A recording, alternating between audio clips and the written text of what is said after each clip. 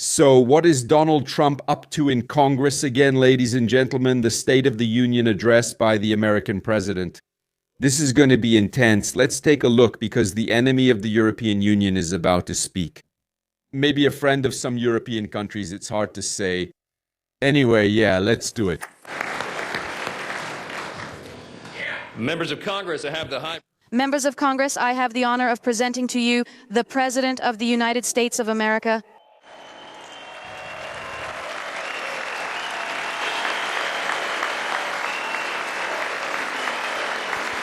Anyone who stops mourning will be labeled an immigrant.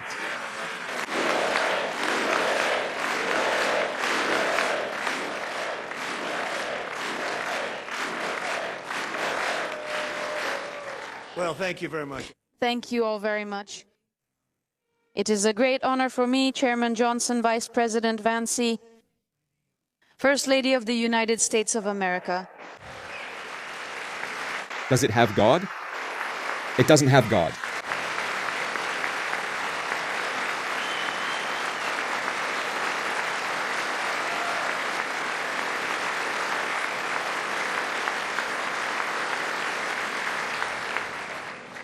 Second Lady of the... Second Lady of the United States of America. Thank you.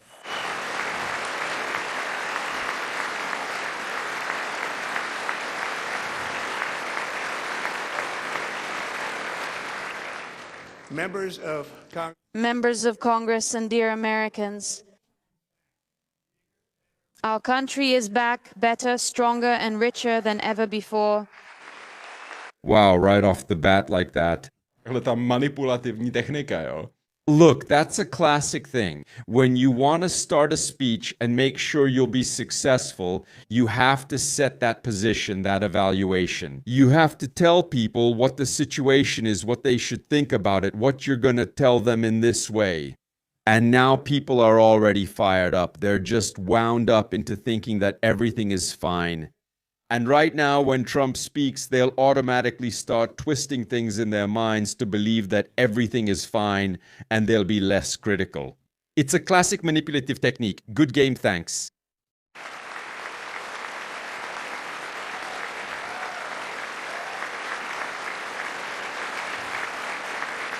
In about 5 months, Asi za 5 měsíců we'll celebrate a great milestone in American history. The 250th anniversary of our amazing, glorious American independence. On July 4th, it will be 2.5 centuries of freedom and triumph in the most exceptional country that has ever existed on planet Earth. You haven't seen anything yet. Things will only improve. This is America's golden age. Oh my God, is it gonna get even better? No way. If it's been bad up until now.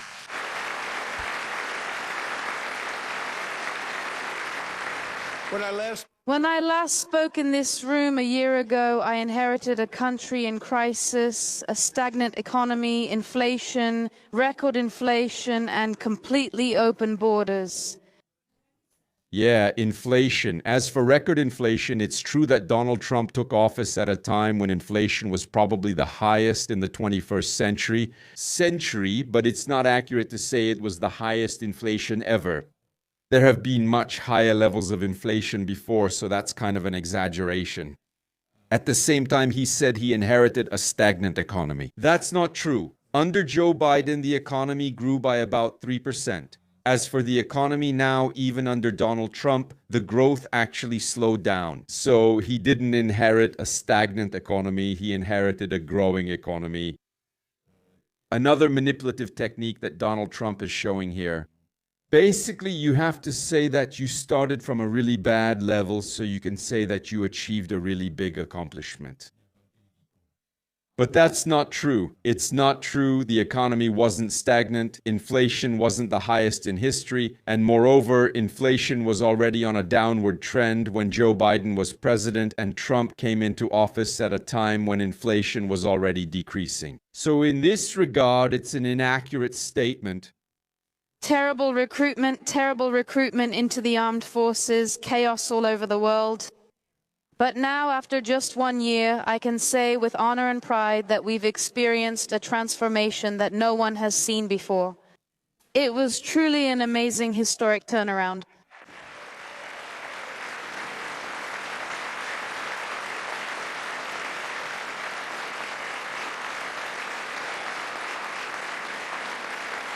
No, we said how it is, right?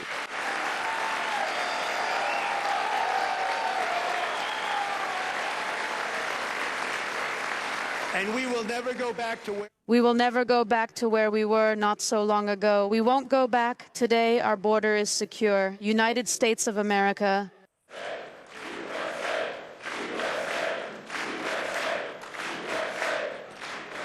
Thank you.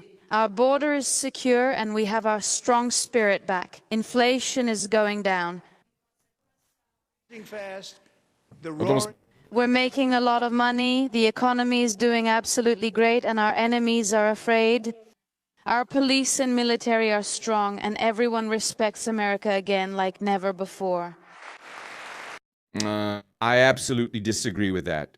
It seems to me that American respect is quite in decline and that Donald Trump hasn't done much about it. And on top of that, he messed things up with his allies. So I would really dispute what he said here. Americans who believe him are living in an illusion and the crash into reality will be very hard.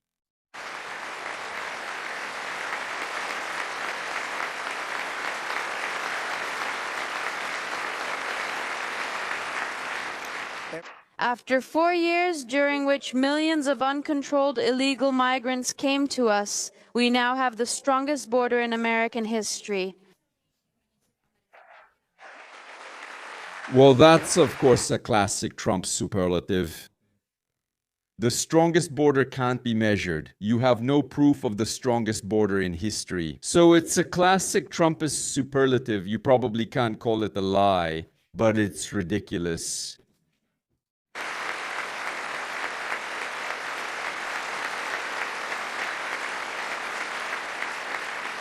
In the last 9 months, we've had 0 illegal immigrants come to us.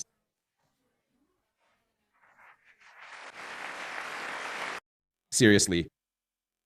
Interesting. Donald Trump is probably a bit wrong here, right? Because 0 illegal immigrants, how can you say that, right? You can't find that out. This is something you just can't find out. So at most you can say, and I don't know if that's true, but at most you can say, our border guards haven't caught any illegal immigrants at the border in the last 9 months. That's what you can say. But here's the problem. Most illegal immigrants aren't caught at the border, but are people who come to the United States legally and then overstay their visa and just stay. So you actually don't catch them when they're trying to cross the border. So this is a very, very questionable claim that isn't really supported by the data. And you could even say that maybe because the border patrols are running around in democratic states and catching people on the streets, they aren't as successful directly at the borders. It's hard to say. It's hard to say how it really is, but saying 0 people came is an exaggeration. You know? So 0 on paper. 0 on paper. Who knows what it's really like? Thank you.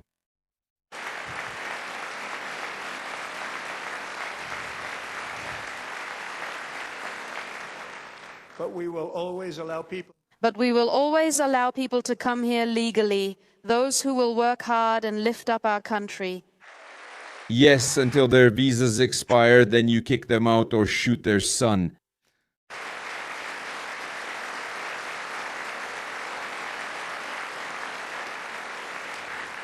The flow of deadly.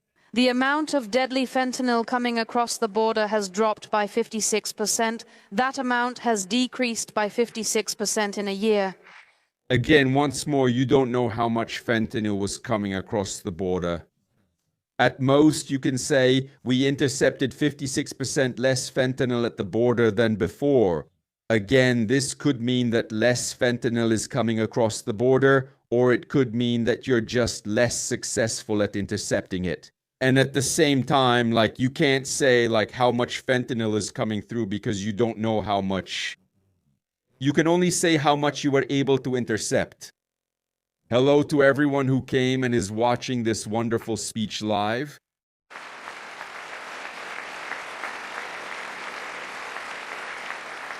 And last year, the murder And murders have dropped more in the past year than ever before in history. It's the biggest drop in all of history, the lowest number in 125 years. substantially before. It's really a very low number. I had a wonderful father. This is the lowest since even before he was born. He would definitely be happy if I put it that way. Yeah, we have data on this. As for murders, really, when it comes to recorded murders, this year had the fewest murders since proper records began.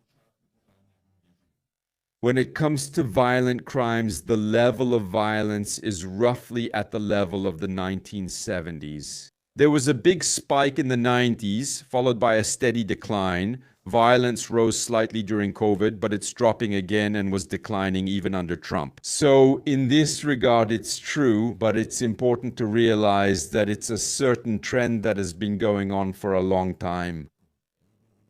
A long-term decline in both murders and violent crimes in general. The Biden administration and their allies in Congress have given us the worst inflation in our country's history.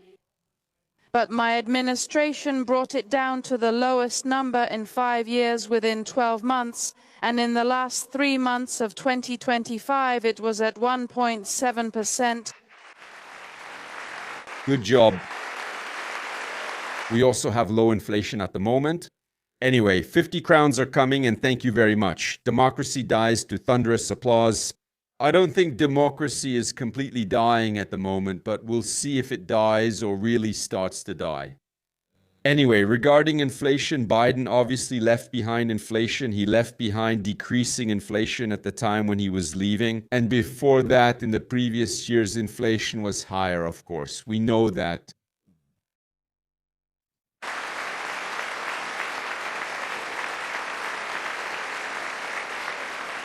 Gasoline, which reached a peak of over $6. Gasoline costs $6 per gallon in some states, still under my predecessor in some states. Now, in most states, it's already under $2 per gallon. In some, it's even $1.99. So when I was in Iowa a few weeks ago, I saw gasoline for even $1.85. Thank you. Well, I'm curious what that was. It wasn't liquefied petroleum gas or something like that. Because if we're talking about gasoline, the average price in the United States per gallon is around $3. Yeah, so there might be some gas station where you can get a gallon or where you have to pay $2 or $2.5 per gallon, but the average price in the United States is $3.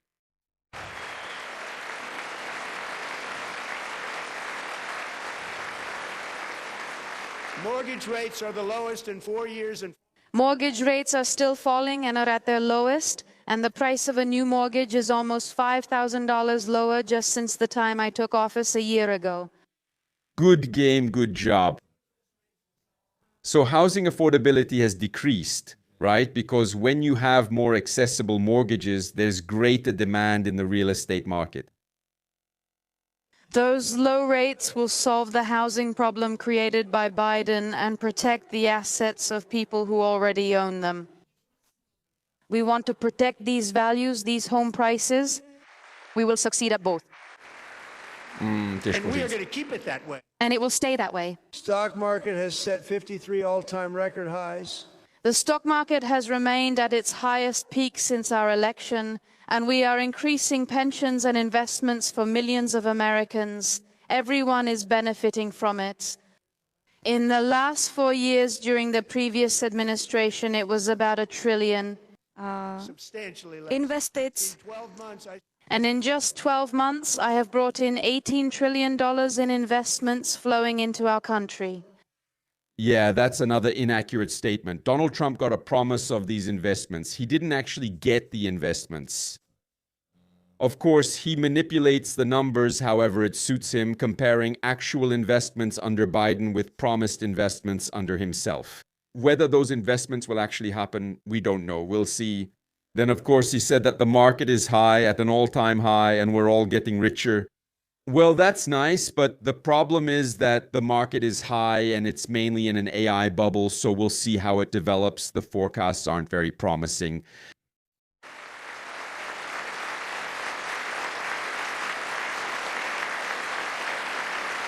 Think of it. Much less than $1 trillion in 4 years compared to those 18 trillion in 1 year. That's the difference between us presidents. A short time ago, we were at Not long ago, we were a dead country. Now we're the best country in the world, the best. Yes, say it again. Say it again. And the louder you say it and the louder you clap, the more true it will be. United States of America, United States of America, United States of America.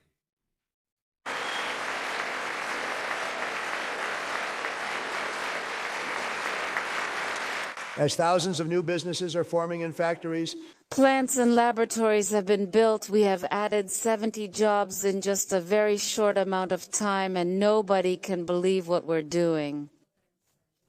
We are adding more jobs by more than 60,000 a day, and we judge that so our new 0,000 barrels a day. We have a new friend and partner in Venezuela who has 80,000 barrels of oil. As for Venezuela, it's interesting there. Some kind of agreement is already taking shape, but the problem is that the big American companies aren't really rushing into Venezuela yet to invest and extract. They've had their assets taken away twice already, and they don't really want to risk it a third time. So it's hard to say whether it will work out in the end or not. Anyway, regarding unemployment in the United States, which he just talked about, saying he created a lot of jobs, it's at 4.5%. Applause. As for natural gas, Our production is also at record numbers because our policy is to drill and drill. That's true. He told the truth. more Americans are working. More Americans are working today than at any other time in the history of our country. Just think about that. At any point in our country's history, today, the most people are working, and 100% of all the jobs created by our administration are in the private sector. Great. So it wasn't created by the administration because it was created by the private sector. You can't say which of those jobs would have been created if Trump wasn't in the administration. So it's kind of like he's taking credit for the private sector's achievements. However, yeah, the most Americans in history are working. That's a really interesting way of handling numbers and statistics, isn't it? Normally you'd say what the unemployment rate is, but instead you said the nominal number of Americans who are employed. Yes, of course, because there have never been more people living in the United States in history, so there have never been more people working either. Basically, if the percentage doesn't look good for you, just present it nominally and from an angle that makes it look good, and you're a genius, man. This is really an art. Presenting all the data so selectively and from such an angle that it looks as good as possible instead of using the normal data that are commonly used, like the unemployment rate. There you would find out that unemployment is relatively low, but it's definitely not the lowest in history, you know.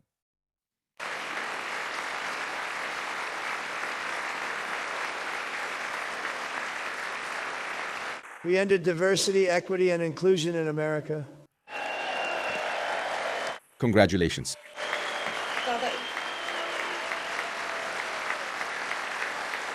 Yeah, we ended ideology, inclusion, diversity.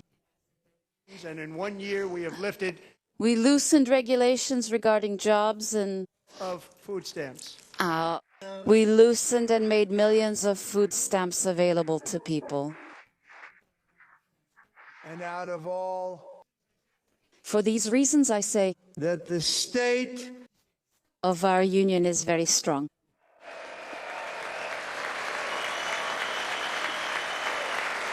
Except for those states that want to break away and are pursuing their own independent policy against the State of the Union, like California, man. California will soon become a member of the European Union, if I'm exaggerating.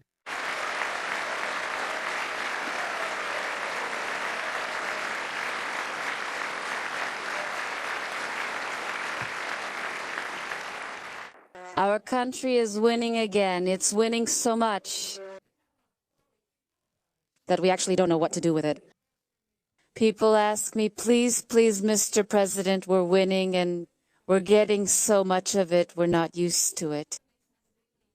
Until you came, we were always just losing and losing, but now we're doing well. And I say, no, we're going to keep winning. We're going to keep winning. And so Now the verbal diarrhea starts. The speech is over. The diarrhea begins, right?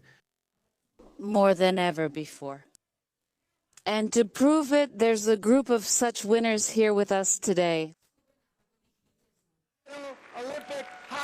Winners of the Olympic hockey final tournament, welcome them. Hockey players, let's go. Ladies and gentlemen, that hockey thing in America is extreme.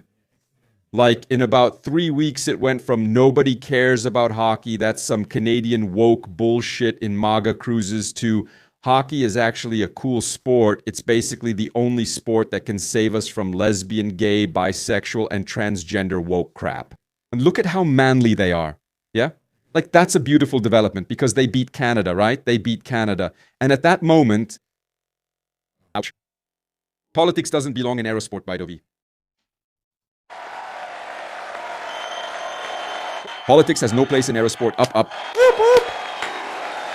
United States of America, United States of America, politics doesn't belong in aerosport.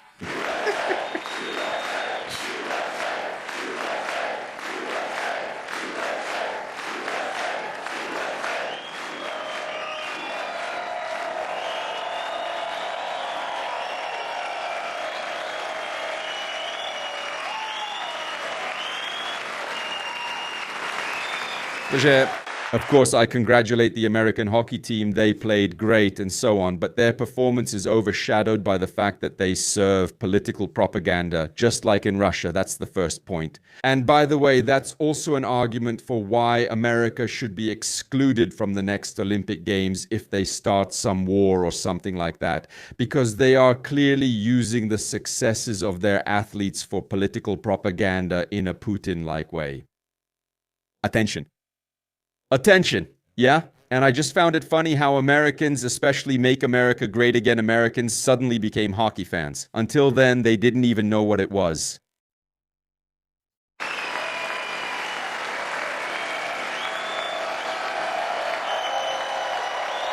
Yeah, and by the way, the American women's hockey team also won gold, but nobody really talks about that because it doesn't fit the narrative, right? And because they rejected Trump. Because they've got guts, unlike these so-called men who let themselves get manipulated. By the way, all respect to the American hockey players who didn't let themselves be used for political propaganda. Not all of them are there, and those are the real champs. Go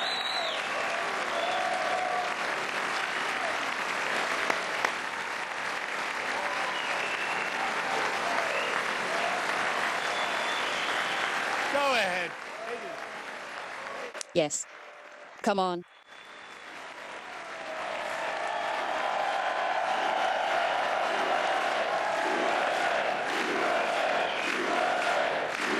Glory to sport.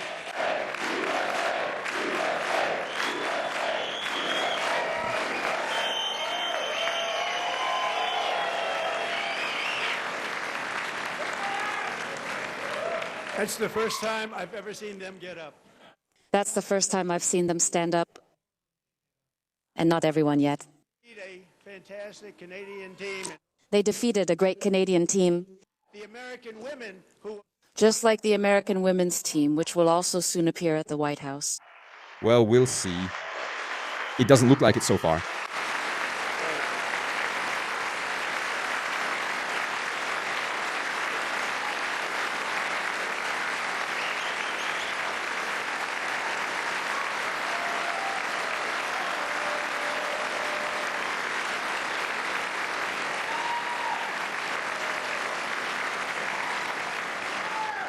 they were in the Oval Office before. They've already been in the Oval Office. And I would like to express a second big congratulations to our American team. The team, I said, anybody votes no, I'm not doing it. So they, And they voted when I said that if any of them didn't agree to come, we wouldn't do it, but everyone was in favor. And the biggest applause for the goalkeeper.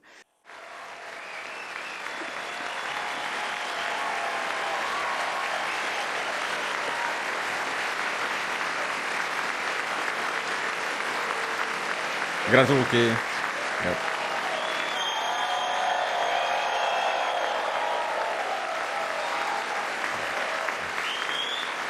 Tak. All right, let's summarize it. So far, Donald Trump has mostly presented manipulated data incorrectly or in a way that makes it look good, but he presents it from the right angle, even if it's wrong. Then he boasted about how many jobs the private sector created. And now he's bragging that American hockey players won the gold. So those are his achievements. Literally, we were making jokes that Czech hockey players won the gold under Fiala, so Fiala is better than Babiš, but we were making jokes about it. In America, they turned it into reality. Think of it, 46 shots on, 46 shots on goal. and then There's that shot when he deflected it from behind. Did you practice that somehow? They didn't want to answer that question.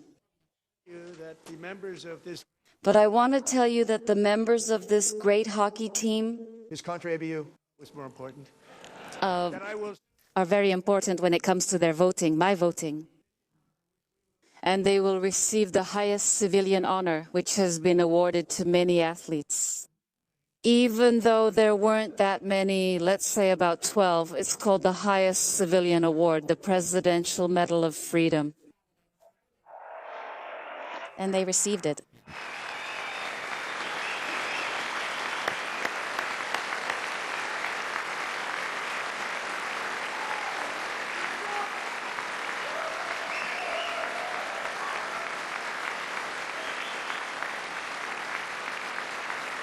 Checklout admires Trump for how he can handle an hour-and-a-half speech or even more when people are just clapping for an hour. Omega. Well, yeah, but Checky is a streamer, and most of the work is done by someone else for him, right? Checky isn't used to talking for a long time. He always lets someone else talk, and he just stays quiet and eats a mandarin, you know? So in this regard, I understand that he can't imagine talking for an hour and a half, for example.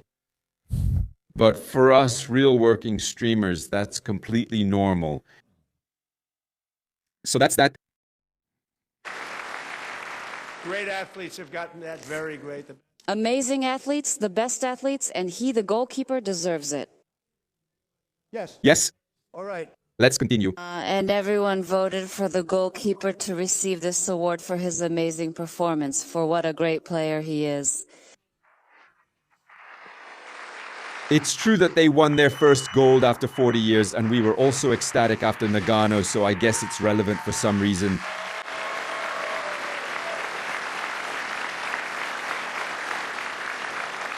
I'm also pleased to say that the next time It's also a pleasure to say that the next time the Olympic torch is lit, it will be here in America in 2028. It will be the Summer Olympics in Los Angeles, and they did a great job in Los Angeles.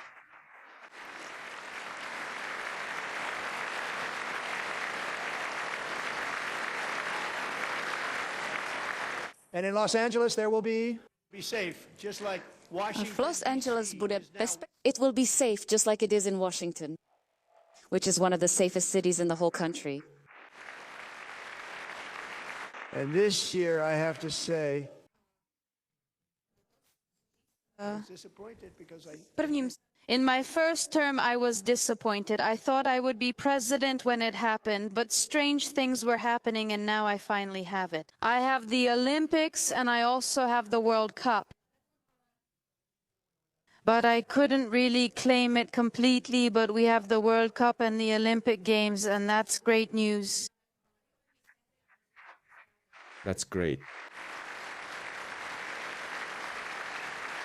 So this will be the year when we celebrate our country and the heroes who kept it free, like Buddy Taggart.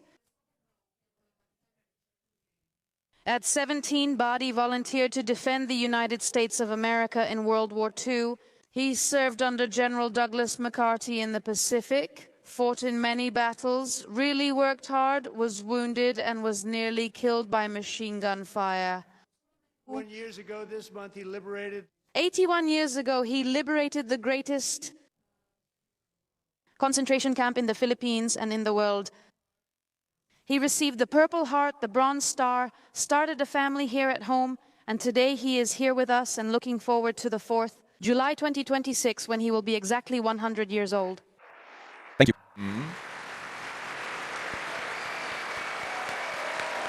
Much respect, man. You're a champ.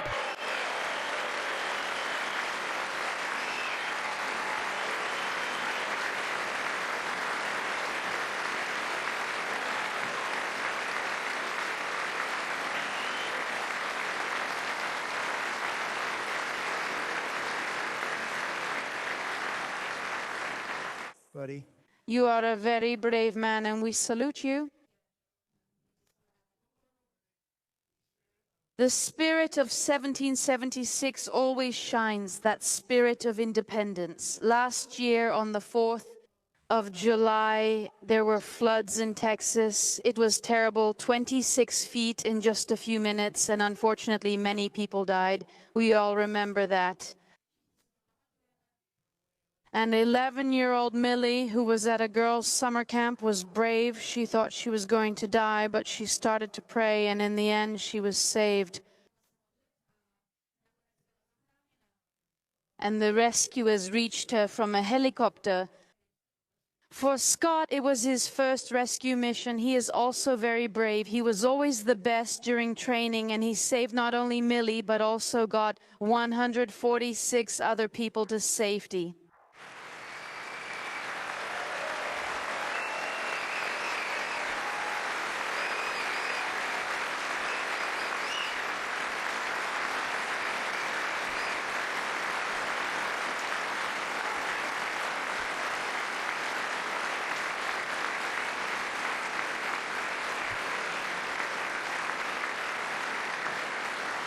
Dobrá práce, chlape.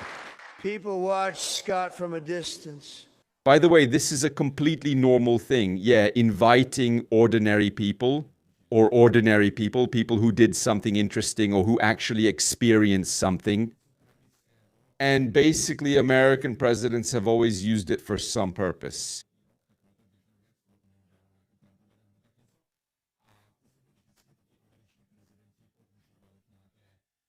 Let's say, in a way, they said, this person did a great thing, but I'm the one saying it. I, as the president, present it as if it's kind of my own success.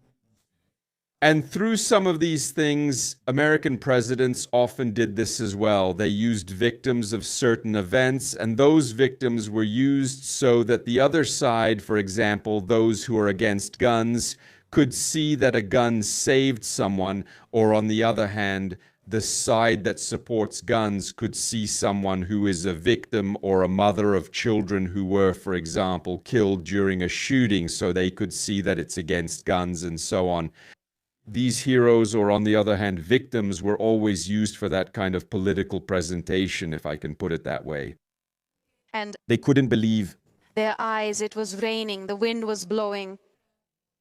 And in that strong rushing current, which no one had ever seen before, he managed to save a number of people.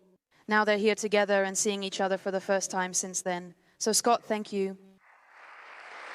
And that's the girl he saved. That's nice. Wow.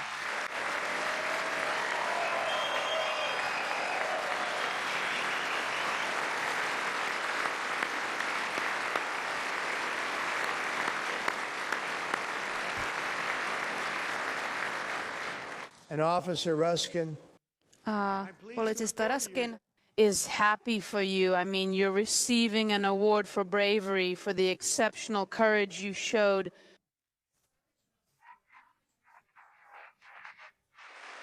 By the way, this seems pretty similar to when the president gives out medals in our country, right? Except it's part of the State of the Union address, so they give out those medals and awards or make some mentions as part of the speech.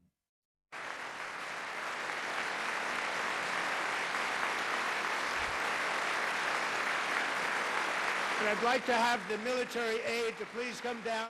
I would like to ask the envoy for the army to come forward now. Thank you. Very important service.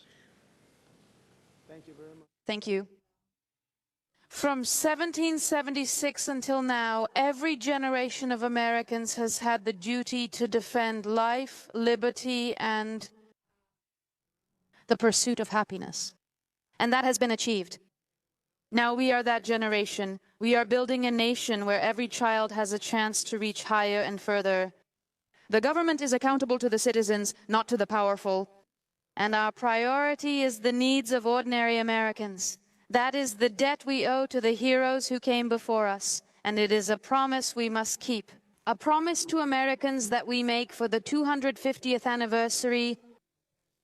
Well, I don't know, saying this in a year when the Epstein stuff was revealed, where it turned out that the government kind of answers more to the powerful than to the citizens, like that kind of undermines the narrative you're talking about.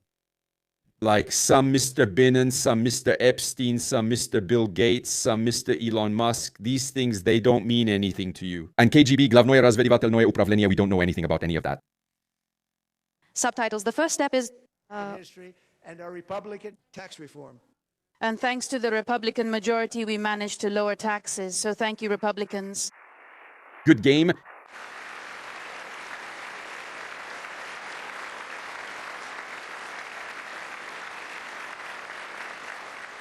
All Democrats, Every single Democrat voted against these very important and much needed massive tax cuts. Thank you.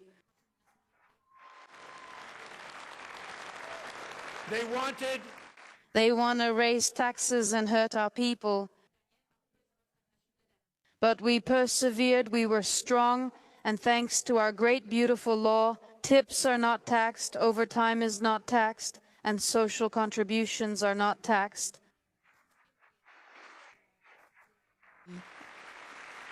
Benefits.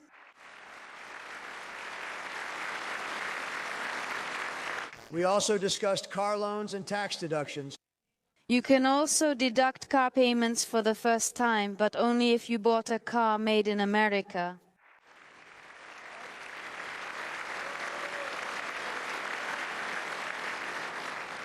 In Pennsylvania, I met with Megan Henhauser,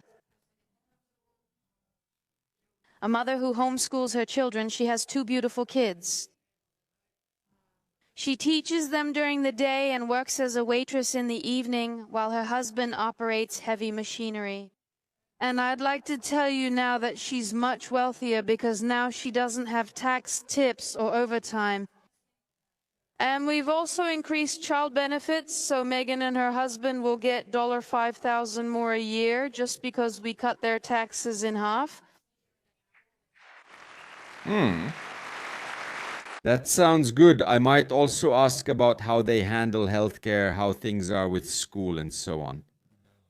Yeah, like a tax cut is a nice thing, but the question is, if that means they'll have to spend more on school and healthcare, then it's not really a good deal, right? Megan, please stand up. Megan, please stand up. We're fighting for you too. All right, Megan, that's for the lady. Thank you. We're fighting for you. Parents like Megan can also take advantage of the new Trump accounts, investment accounts. For children, I didn't name them that. No? All right.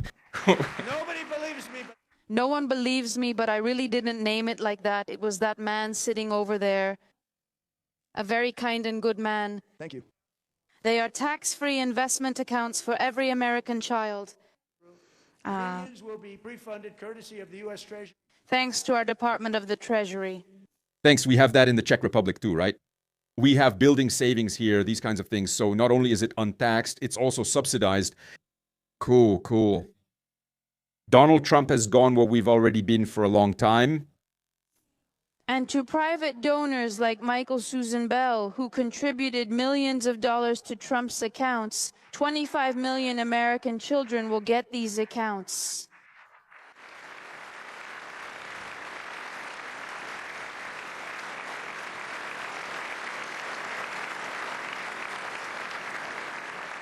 When I asked Michael, how do you make all that? when I asked Michael how he made all that money, he said, well, when I was in school, I was on the dorms.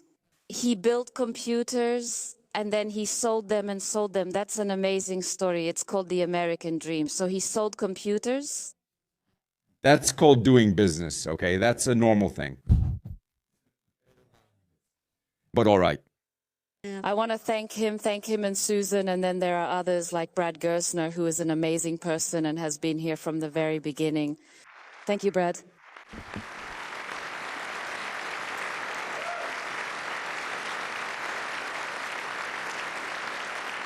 And with more contributions, And with more contributions.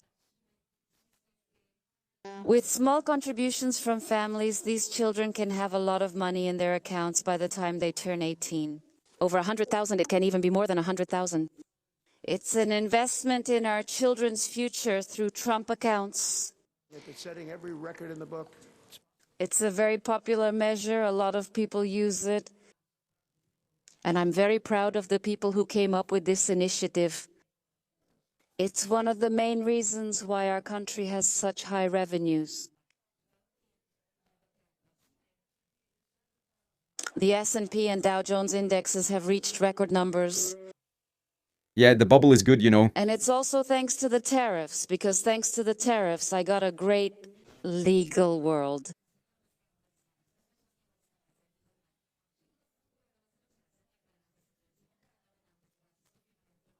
Great. They robbed us in a terrible way, you all know it. Even the Democrats know it, they just don't want to say it.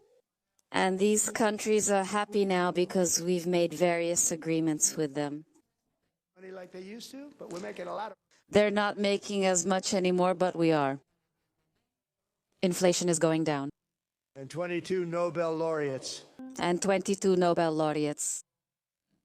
Nobel Prize winners in economics claimed it wouldn't work, and they were wrong. However, inflation decreased there despite their claims. That's True, like inflation is relatively low, but it was expected to be higher. But there's the problem that it's only been going on for a relatively short time still. And the effect of catching up requires more time. So far, everyone is still in that mode of, hey, it might be a better idea if we project it and those tariffs still won't be there. So in this regard, inflation is going down because a lot of people still believe that those tariffs will eventually be removed, that in the end they will be removed, that they are illegal and so on. So yes, from a short-term perspective, what's happening right now is that things are settling down in some way, but from a long-term perspective, it's still only been a year. Not really. All countries and companies want to keep the deals they've already made. that I, as president, have to create new things. And I have powers as president to enter into such agreements that would be much less advantageous for them. So they want to stick with those we negotiated before the Supreme Court got involved. So regardless of that negative court decision, we will keep the money that's coming to us. Because of the threat of tariffs, I wouldn't have been. I made many of those deals due to the threat of tariffs. And they tested alternative legal statutes, and they have been tested over the long term. They are kind of the biggest. But actually, they are. We can preserve these state institutions based on other legislative regulations that are tried and proven. It might be more complicated, however, congressional action in this case will not be necessary. And after some more time passes, so I believe that the debt paid by other countries Financial burden off the people that I. will financially relieve all those people I care about so much. Yeah. You mean the big entrepreneurs I really care about, right? No, in this regard, it's really important to say that things like inflation, the reaction of the central bank and so on, that's not something that happens right away, you know? It takes some time before the effects show up. And according to everything about how the economy works, it simply can't keep going the way it is without some bigger consequences. Thank you. Moving forward, factories In the future, will be trillions of dollars will flow into the American economy, into businesses, into society, because at last we have a president, finally we have a president who puts America first.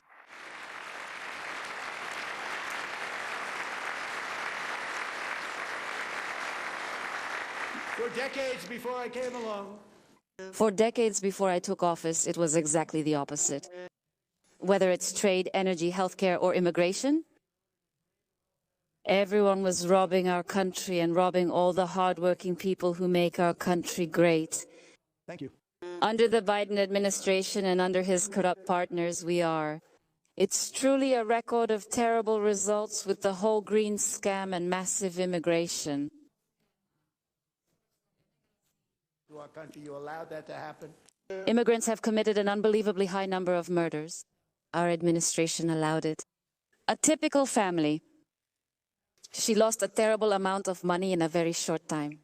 And then we turn into what I would say, and somebody gave it to him. People just use the term high cost of living as if it came from somewhere. Actually, nobody addressed that. It's a consequence of their policies, these high living costs, that they caused the problem. You caused it.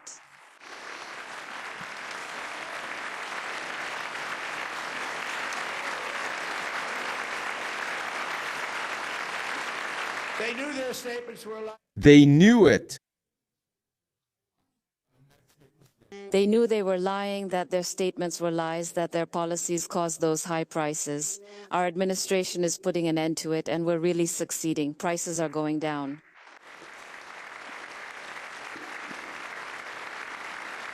The price. Well, prices are going down, but inflation is still rising, right? Inflation is still going on. That doesn't mean things are getting cheaper.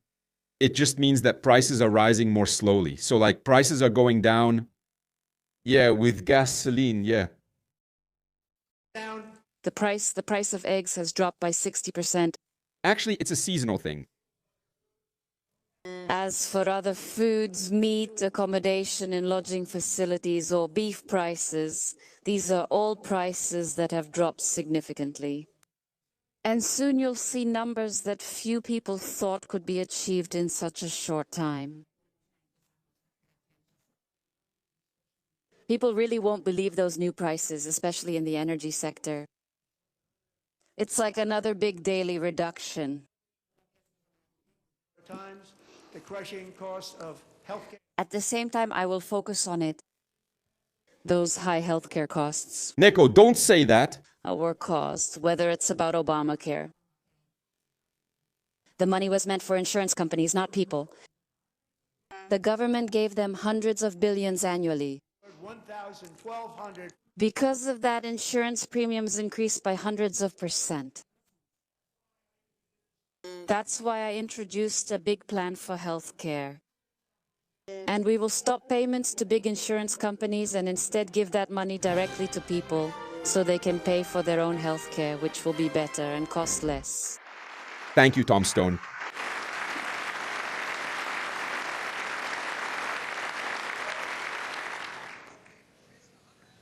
At the same time, my plan requires maximum. In addition, it is necessary for this plan to be connected with maximum price transparency. I achieved this during my first term in office, and the Democrats immediately ended it after they came to power. Ovšem teď znovu snižují ceny. Yes, by the way, that's a terrible mess in America that you actually don't know how much something will cost you before you undergo it, so it's very non-transparent. From what I understand, his goal is to take money from the insurance companies and give it directly to people so that these people can pay for the care themselves instead of getting insurance. That's a kind of decentralization. That's true. We'll see if it works, if insurance just isn't better. Zdravotní péče. And we'll also put an end to those inflated prices of prescription drugs. Yes, yes, yes, yes. Those drugs that we have cheap and you have expensive because we're the ones robbing you in Europe. We're just thieves. Nothing can be done about it. Other presidents wanted to do it, but they never did. Other presidents tried to do it too, but they didn't succeed. They tried, but they couldn't do it, not even close. Everyone just talked and didn't act, but I managed to do it. You're a champ, buddy. Thank you. I managed to secure it. any nation, anywhere in the world for. Better conditions for our residents, for our citizens, who for many years paid the most for prescription drugs out of all the countries in the world. But now these prices will go down for them. Could you please stop clapping while he's speaking? Applause is part of the speech. So in the first year of my second term, it should be my third term, but strange things happen. Yes, America is not a democratic country. The courts don't work there. It's a country in decline. That's why it's possible to manipulate elections there. Especially when there's a Republican president in power, then it's even more likely, yes. And the prices of prescription drugs went from some of the highest in the world to the lowest in the world. That's an amazing achievement.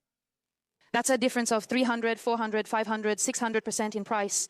At a new website.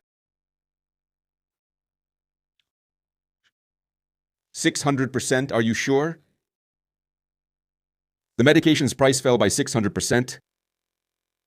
So pharmacies are actually paying people to come get their medication now, right? Or how exactly does it work when the price drops by 600%? Come on. And you can find all of this on our new government website, where you can check the prices of these medications.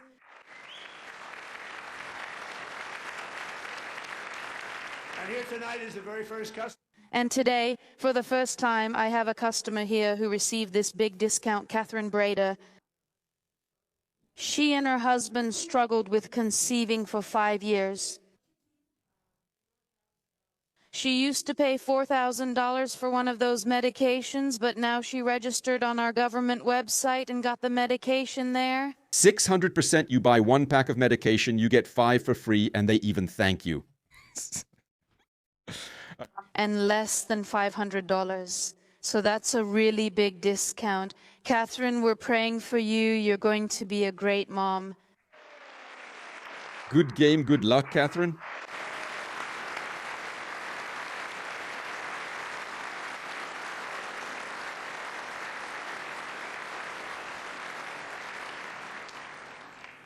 So now I want to ask Congress. To make it a law. I don't know if it really matters that much, because for everyone who comes after me, it will be really hard to say, let's raise drug prices by 700%. John, Mike, maybe they can do it, so now you have to make it a law like this. A lot of Americans are also afraid that the data centers of companies working with artificial intelligence will raise their electricity prices. Today I want to announce that I have negotiated a reduction of these prices, and it means that companies that have these data centers must build their own power plants, so prices will not increase. On the contrary, for the community, electricity prices will decrease. It's an amazing strategy that this country has never seen before. No one else has managed to do it. So I tell them they can create it. That's cool. That could be quite an interesting regulation. This Trump market regulation is interesting. What if we introduced it in the European Union, for example, that every company that builds would have to cover at least 20% from its own electricity production sources? Or they would have to build their own power plant or something. That could be interesting. Good regulation, Donald Trump, good market regulation. So I tell these companies, these tech giants, that they can build their own power plants so that electricity prices don't go up. On the contrary, they will decrease, and massively so, for the cities where these data centers will be located. So this is another pillar of the American dream. And another such pillar is, A mom of 2 from Houston. we have Rachel Higgins, a mother from Houston, who lost her home because of big companies that buy houses for cash and turn them into rental properties. She was really unhappy, and I came up with an executive order that these big companies are not allowed to buy up thousands of family homes. Good job, Donnie. I applaud you. Regulation of housing, rental housing, and the housing market, that's great. We should take an example from this. You get what I mean? It's a bit Airbnb and things like that.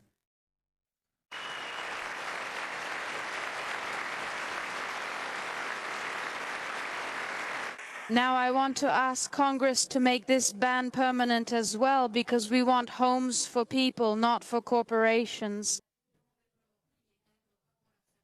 Corporations are doing fine without it, so thank you and good luck buying homes. If you propose something like this, the Czech wannabe Trump supporters would eat you alive and call you a communist. Dad, always. This is leftist as hell.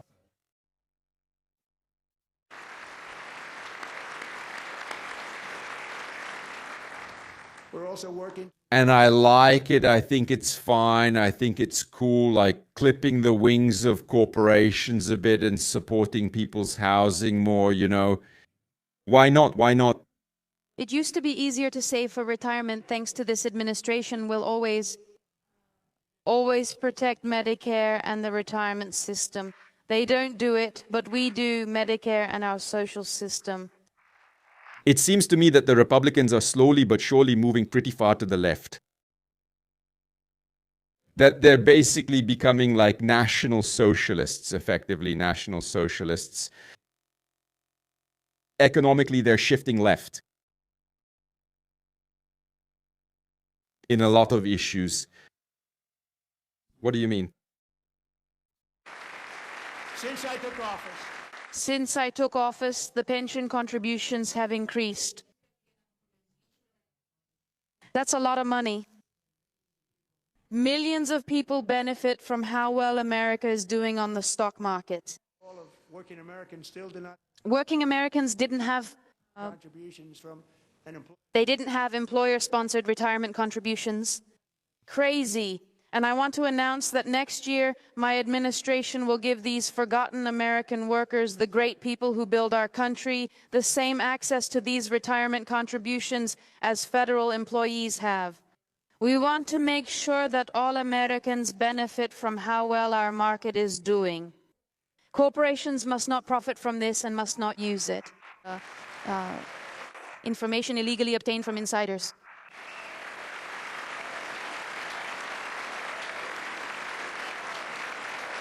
Who is this lady? Is she a Democrat? She never clapped before, always looked really depressed, and now she's happy.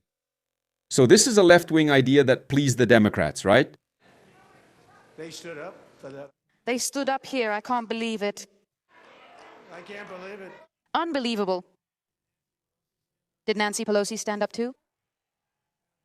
I doubt it. Pass the Stop Insider Trading Act. You have to pass this ban on insider trading, on trading with illegal information. I actually find this quite likable, even though this guy doesn't really seem too eager about it, that when the law isn't actually crap, even people from the Democratic spectrum can appreciate it, right? But that's actually pretty normal. It's just hard to present it to the public, you know? That you're a Democrat and you're applauding Trump. It just doesn't look good when you're in this kind of irreconcilable culture war. But in this regard, yeah, it makes sense to me. I wasn't sure if anybody even on this side was going to applaud. I wasn't sure if anyone on this side would even applaud me, but you really impressed me. Thank you. As for corruption, which is destroying America, the clearest case is Minnesota. The Somali community contributes, Somali kindergartens. come on, $19 billion that was stolen from American taxpayers. And in California and in other states, it's even worse. This corruption is destroying us, and we're working hard on it. 4 months ago, I started working on the fight against fraud, and this fight will be led by our Vice President, J.D. Vance.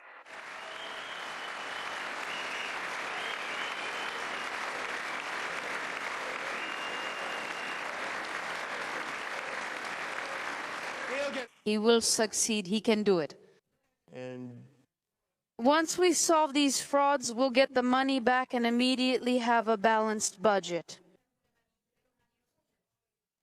Somali pirates who robbed Minnesota like this come from a country where lawlessness, The lady definitely doesn't agree with that. corruption is the norm, not the exception, And it's precisely that uncontrolled immigration across open borders that brought them here to America. And now American citizens are paying the price because everything is more expensive and there's also more crime. We will solve this problem.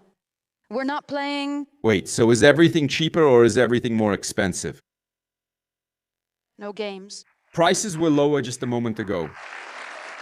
That development sped up quite a bit. In half an hour, everything went from being cheaper to everything being more expensive. Delilah Coldman was 5 years old in June 2024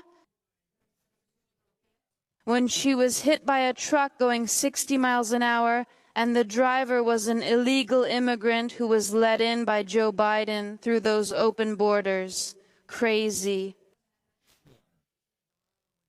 And in California, the doctor said that Delilah would never speak or walk again, that she wouldn't even be able to eat. But despite everything, she's now in first grade, learning to walk again. And she's here now with her father, Marcus. Delilah, you are such an inspiration to us. Please stand up. Stand up, bro. Oh.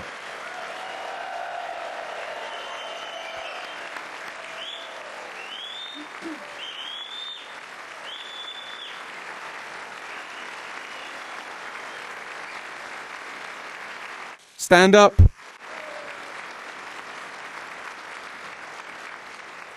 Thank you, Delilah. Thank you, Lilo. Most illegal aliens do not speak English and Most of those illegal immigrants don't speak English and actually can't even read basic traffic signs about speed limits and things like that. Yeah, because in America you have completely ridiculous traffic signs. Maybe if you made them in the European style, nobody would have to write whole essays on those signs, man. Jesus Christ. Have you ever seen American traffic signs? It's a mess. American roads are a mess. I want to introduce what's called Delilah's Law, which will prohibit commercial driver's licenses for immigrants, specifically illegal immigrants. Commercial driver's licenses, damn it. Yeah, I mean, that's right. Yeah, I mean, as for traffic signs, well, the traffic signs, driver's licenses. From what I've heard, a driver's license in America is kind of like a hamburger. You can just come in, take it, and you don't really have to meet any big requirements. Yes, it's pretty easy there compared to, say, the Czech Republic. Yesterday, as you may have seen, I hosted a ceremony at the White House for Americans who lost their loved ones because of immigrants who came through our open borders. They are moms and dads. and our media totally ignored, Who have been ignored for decades by our governments and our media. Elizabeth. For example, Elizabeth Medina, who was a high school cheerleader who was supposed to perform at a local event. However, one day her mom found her in the bathtub with 25 stab wounds. Her killer was an illegal immigrant who broke into the house and brutally ended her life, the brightest light of their family. Her grieving mother is in the gallery to remind everyone. Její ztracená matka je here with us. And cases like this are exactly why we deport illegal immigrants at the rate that we do.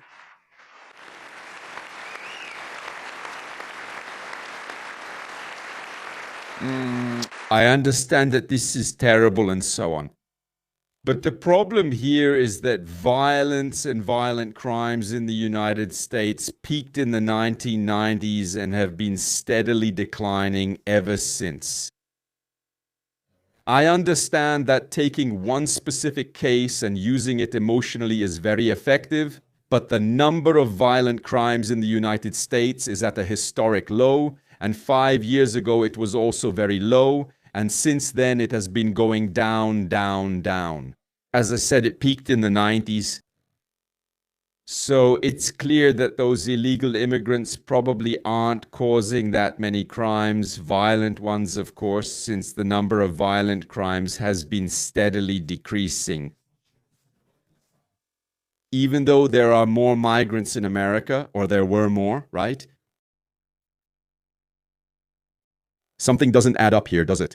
It doesn't really add up here when the amount of crime is going down, even though there were a lot of migrants in America. That's strange. That's strange. Of course, I'm not denying that illegal migrants commit a lot of crimes, but the amount of crime in America is going down. And it was low 10 years ago, just like it's a bit lower now, right? Because it's just going down. The long-term trend is decreasing from a long-term perspective, regardless of whether illegal migrants are here or not. So the impact of illegal migration on crime is maybe that the decline is slower, but it's not like they're drastically increasing crime. Because if they were increasing crime, then the number of violent crimes wouldn't be decreasing in the long term.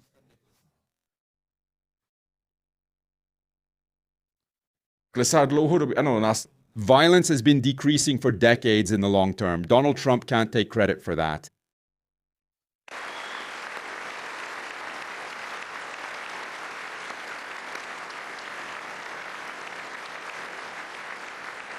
Thank you very much, Jacqueline. Thank you. Thank you, Jacqueline. If there were no migrants, there would be fewer crimes. If no one lived in America, there would be even less crime. This argument is completely stupid from the start. Sometimes they never forgot that the amount in this city. Never. They didn't forget. We won't forget that many people in this room not only enabled those illegal border crossings, but if they had the chance, they would do it again. If they are elected, they will open the borders again and let in some of the worst criminals in the world. The only thing standing between Americans and an open border now is President Donald Trump and our Republican representatives and members of Congress.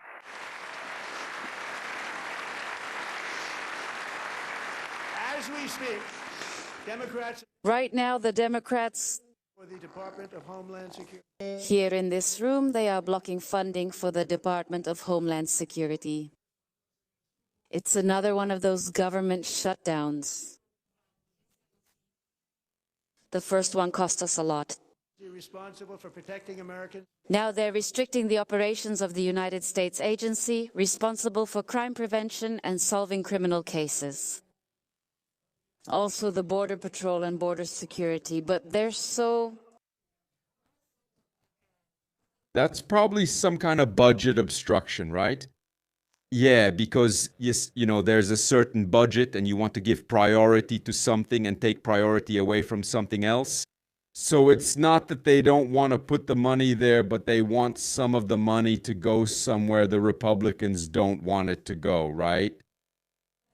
So it's like both sides are holding it back. One side wants the money for border protection and doesn't want to send it, I don't know, to Taiwan to buy anti-ship missiles. And the other side says, look, we'll give less for border protection and send more to Taiwan for defense against China, right? That's the dispute. And you can't present it as if they want to open the borders just because they don't want to give the money and are blocking it. Well, you're all blocking it. If you had agreed, it would have been approved long ago. to the local people with snow removal. However, the ministry can't do any of this now because it lacks finances and an approved budget. We just had a big snowfall. Greenland. Attacked. I want people to see what their representatives truly believe in. That's why I would like to urge all lawmakers to commit to a fundamental principle. And if you agree with what I'm about to say, then stand up and show your support.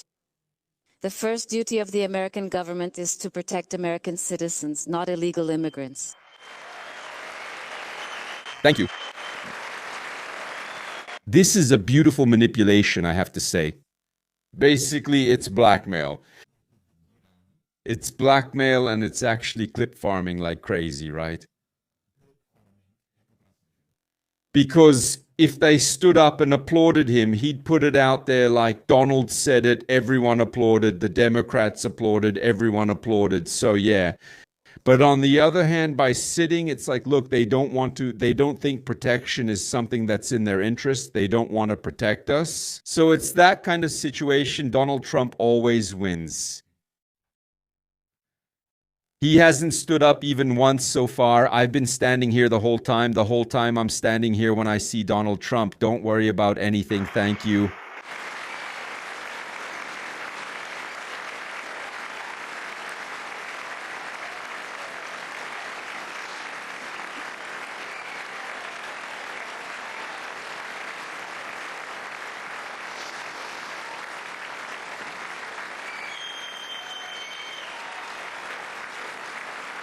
So can we move on, please? Probably not.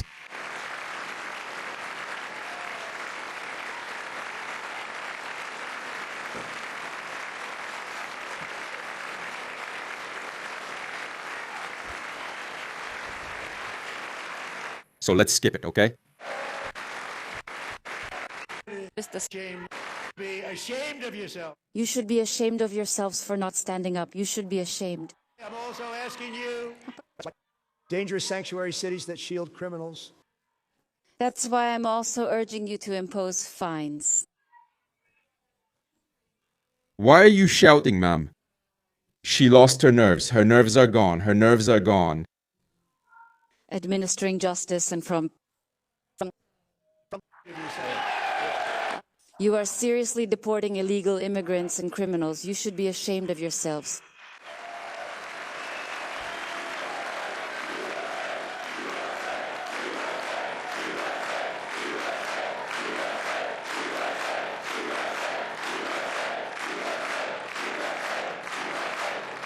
Subtitles created by JOHNYX. And perhaps most importantly, I ask you to approve a new electoral law.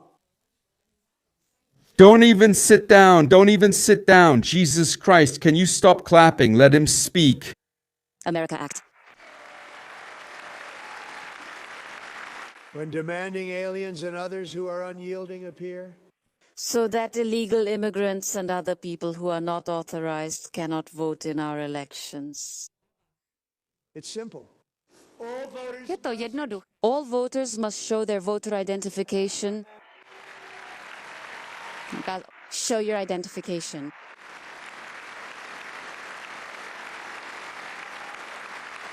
This is classic exaggeration of problems. Yes, this problem does exist, but it's extremely, extremely marginal and has never affected any election. It has never had an impact on the outcome of any election. So, it's actually delegitimizing the opposition. It's questioning the entire democracy of the United States, and it's not based on solid data or anything that's a real problem. It's really an exaggeration of a problem that doesn't exist, or it exists to an extremely small extent. All voters must show proof of. And everyone has to prove that they are citizens of the United States. But okay, it seems to me, yes, this is absolutely fine. This is absolutely, absolutely legit. I'm just saying that Donald Trump is unnecessarily exaggerating the problem itself, and the problem actually doesn't exist. In the sense that, that simply it's good. It's like saying that in the Czech Republic we have a problem with high unemployment, for example. Unemployment is higher than before, but it's not very high. And no more crooked mail-in ballots except for illness. And no more fraudulent mail-in voting, except for exceptions like disability and similar cases. And when 2,000 people show up, who can't vote, but they cast ballots for the Democrat, and that Democrat wins, does that count as election interference? It would be, assuming the Democrat won by only 2,000 votes. And you have to ask, were there really that many people? Those are really, look, when it comes to these strange things, it's more like hundredths of a percent rather than tens of thousands of people, for example. That problem is exaggerated. but like, Hey, I'm for it. It seems fine to me. This thing here that you want an identification card at the elections, it's completely normal, right? He's just talking here about a problem that America simply doesn't have. A much bigger problem is gerrymandering. including Democrats, 89% of voters are in favor of this measure. And even the new communist mayor of New York City, I think he's a nice guy, actually. And that new communist mayor of New York, he's actually quite a nice guy, said he wants Snow, they got hit hard. Want some to shovel snow, but people to clear the snow. But if you want to do this job, you have to show two forms of identification. occasion for the greatest privilege of them all, voting in America. Now it's no good.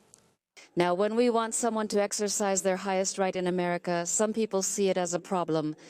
We just enunciated. That shouldn't be a problem for anyone. And Congress should come together, use common sense, and pass this legislation that will save our country as the very first thing. This is bullshit that he just had to push through Congress because he built his campaign on it, but it's just crap, total crap from the very beginning. Like his entire questioning of election democratization.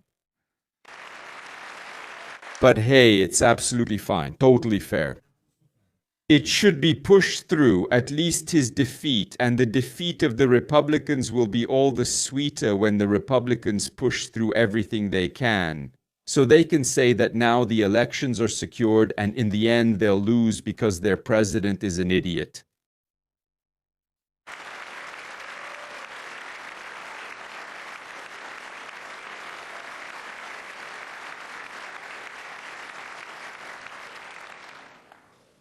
And the reason they don't want to do it.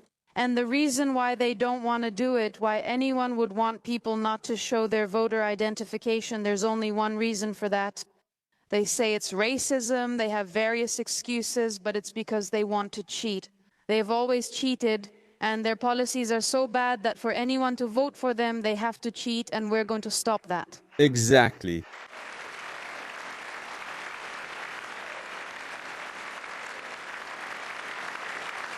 And here is one more opportunity to show. But honestly, I really don't understand why anyone would be against having to show an identification. Yeah, well, of course, the problem, the way Trump exaggerates it, isn't really there, but why insist so much on whether it's racism or not? To me, it just seems like total nonsense. I've seen a few videos about this, and basically the argument is that some Americans, mainly of African American descent, are supposedly so dumb that they can't even get an identification or something like that. To me, this whole thing seems completely stupid, that you don't have to prove yourself in any way. I really don't understand why it's not like that in this sense, you know. So I'm absolutely all for it that this obligation should be like in Europe. America just needs to be more like Europe, so they start doing it right, easy. Yeah, regulation of the market, regulation of insurance companies, more regulation of elections. I like it, this Europeanization of the United States, this more leftist rhetoric. It's really nice. Another opportunity to show Zelensky's wisdom in governing. Today in the gallery we have Sage Blair and their mother Michelle. Sage was 14 in 2021 when she was allowed to transition in the school system. They let her transition, made her into a boy, and hid it from her parents. Sage was confused. She ran away from home.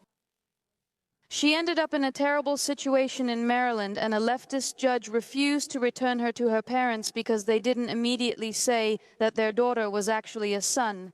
Sage ended up in a boys' group home and suffered there for a long time. But all of that is behind them now because Sage is an amazing, proud young woman. She received a Fulbright scholarship to Liberty University, to our university. Sage, stand up.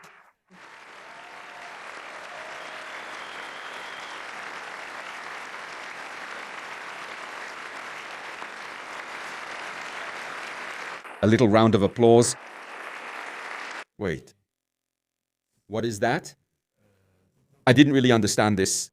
Of course, it's Donald Trump saying it, so it's probably blown up about 300 times and half of it won't be true, right? They turned her into a boy. What? That probably isn't true, right? But wasn't it something about her using some pronouns?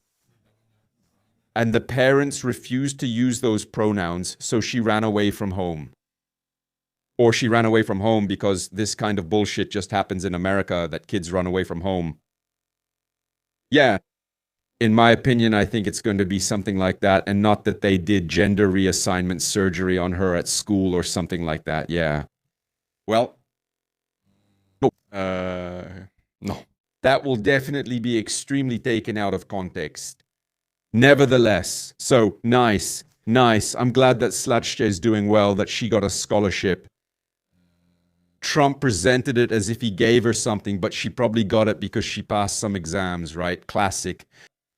But of course, it's thanks to Trump that she passed those exams and got the scholarship. That's obvious.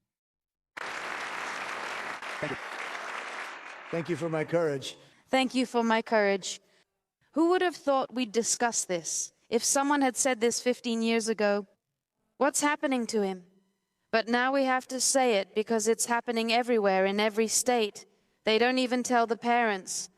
We definitely agree that in no state should the state take a child away from their parents and perform a gender transition on that child. We have to ban that, and we have to do it immediately. Well, you should ban that. If this is possible in America, ban it right away because it sounds crazy.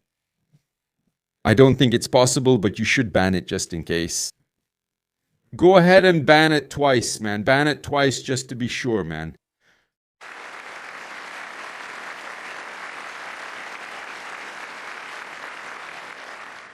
Look, nobody stands up. These No one stood up here. These people are crazy. I'm telling you, they're crazy.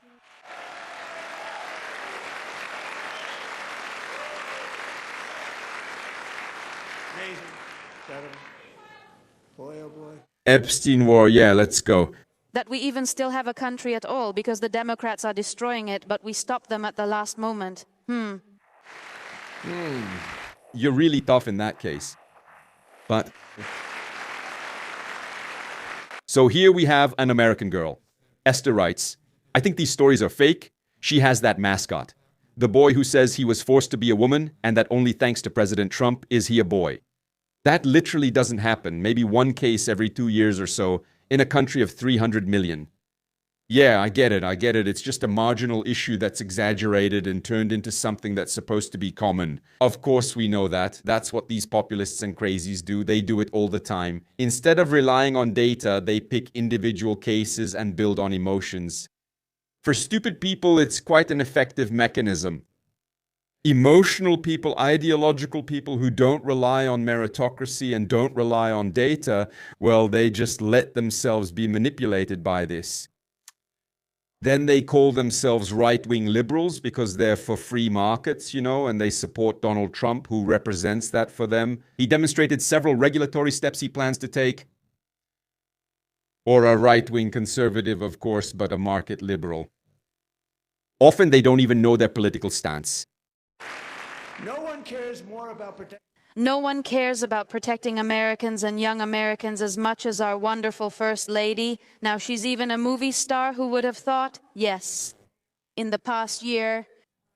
And she's trying to push for legislation regarding artificial intelligence. And she's helping secure funding for Melania Trump's Foundation for Youth. It's an amazing thing. And it even has bipartisan support. And she has more bipartisan support than I do. And who doesn't? One day you'll have to tell me how you did it. And students and educators in every state have joined the First Lady in her efforts, working to ensure that the next generation of Americans has the opportunity to succeed in the future with the help of artificial intelligence. We have here two young people who have been greatly influenced by the First Lady's activities. Here is Everest Nevermont. And I want to thank both of you very much. Are those the two female viewers who went to the cinema to see that movie? Are all the viewers who went to see that movie now in Congress? That's them. Kitka just wanted to hide somewhere and have some popcorn.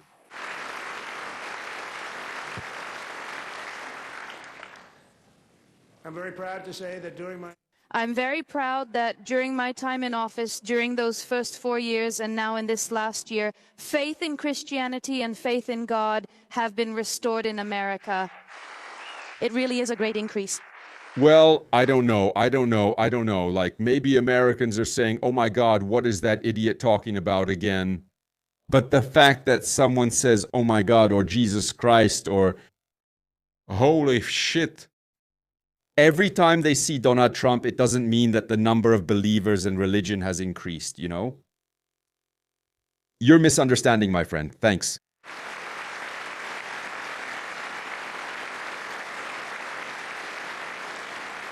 this is especially true among young people. Above all, you can see it among young people, and that's thanks to Charlie Kirk, my wonderful friend and a great guy. You and Kirk! We are Peter Fiala. Indeed, he had Even fireworks at the funeral. Please rise with us, Erica. his wife's name is Erica. So now everything makes sense.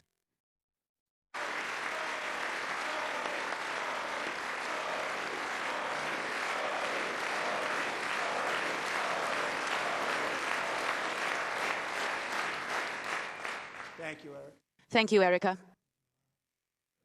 Erica, You've been through a lot because of this. And in Charlie's memory, we all need to come together and affirm that we are one nation under God and we reject political violence of any kind.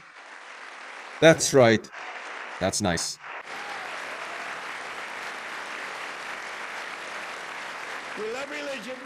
We love religion and we're glad it's coming back. And it's really coming back to such an extent that no one would have thought it was possible. It's truly a beautiful sight. We have to protect our communities, make sure they're safe. Yes. Religion is great. Iranians think the same. Chránit je před nebezpečím, které Democrats who are pro-crime cause it every day. Today there's also a woman here who has been through hell, Anya Sareka. In 2022, she and her beautiful daughter fled war-torn Ukraine to move to Charlotte, North Carolina to be with relatives. But what is really happening in Charlotte? Irina was taking the train home and a deranged monster, who had already been arrested several times and released without bail, stabbed her in the neck and torso. No one will ever forget that. The people on that train who saw it, Yes, Trump, remind those parents. her face when she looked at the attacker in the last seconds of her life, she died instantly. She fled from a terrible war, and then here in America she was killed by an illegal migrant who came through the open borders. I promise you. No. No. Irina's doctor was a Native American, if I'm not mistaken. Sure, a junkie criminal and a black guy, but he wasn't an immigrant. Or, any new information? And we will ensure justice for your daughter. Thank you.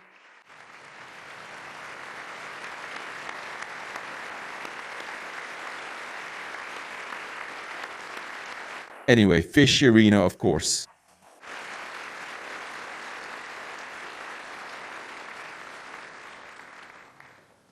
How do you not stand? How can you just sit there? Why didn't you stand up? I want this Congress to pass a law that will put all these criminals behind bars and, most importantly, keep them there.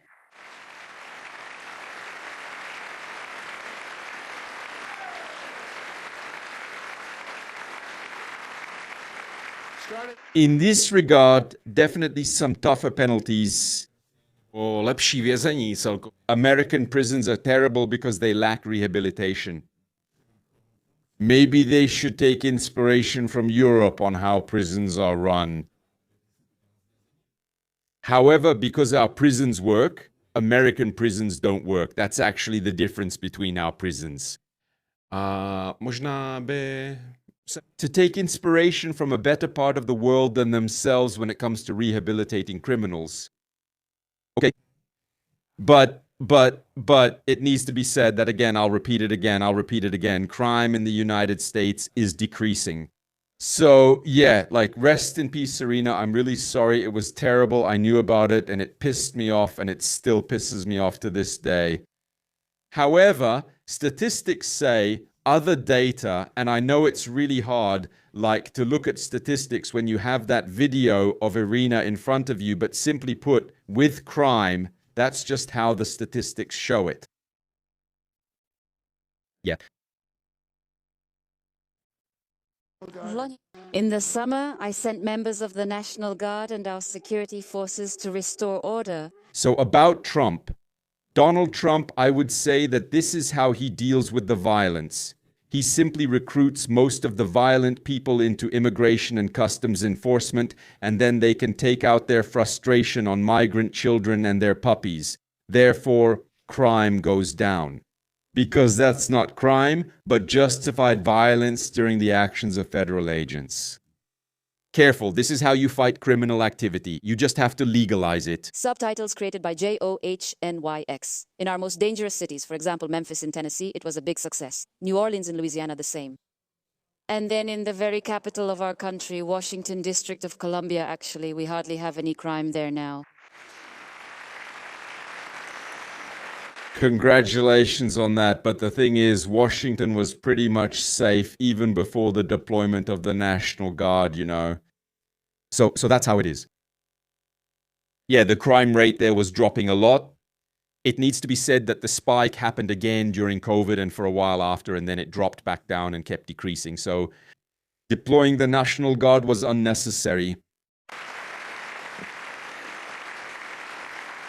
In fact, Crime in Washington is at the lowest level ever recorded, and the number of murders in January has decreased by almost 100% compared to last year.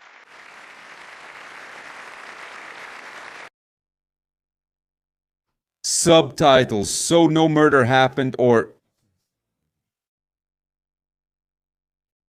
Wait, that's manipulating percentages from the side again. Když něco kleslo o 100%, So that means it dropped, well, by 100%. So to zero. That guy should be locked up for the way he manipulates math, man. It's like when you say that military pilots have 100% lower salaries než piloti on most flights, man.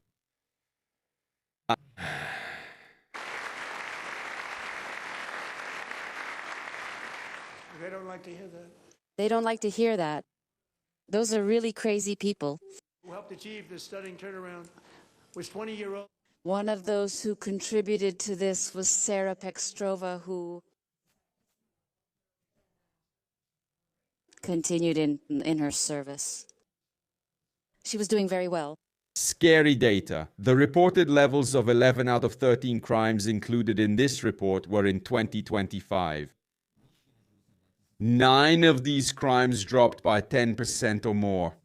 Drug-related crime was the only category that increased. Sexual assaults remain about the same. Sure, but that's what's been recorded, right? It should be said here that drug-related crime has probably increased because America is now focusing on fighting the cartels, so they probably have more drug crime cases being recorded. So it's kind of like, you know, it's a very slight increase, so it's probably because of this. But yes, as far as the decrease in crime goes, we know that crime is lower. And we know that it's been decreasing for a long time, that it's not exactly something that started with Trump. Yep. Theft of motor vehicles has increased by 9%. Dude, maybe it's because Americans are now dependent on buying American vehicles, so they'd rather break into and steal the European ones because nobody wants to drive the American ones. But the very next day, she was on patrol. However, when she was once on patrol at the White House, she was attacked from behind and shot by terrorists from Afghanistan who shouldn't even be in our country. All because she was wearing a uniform representing our country. The person who shot her was always sick. He was a madman. We can give you an hour to get ready with her important children, Gary, and... So Sarah died, but today... Yeah, well, maybe if you had better psychiatric care that was cheaper and more accessible, you wouldn't have lunatics running around the streets killing Ukrainian girls or shooting American soldiers, right? You need to improve the care for the soul of Americans a little bit. I might get inspiration from Europe. We have wonderful parents with us. Your daughter was truly an amazing person and served the United States. We will never forget her.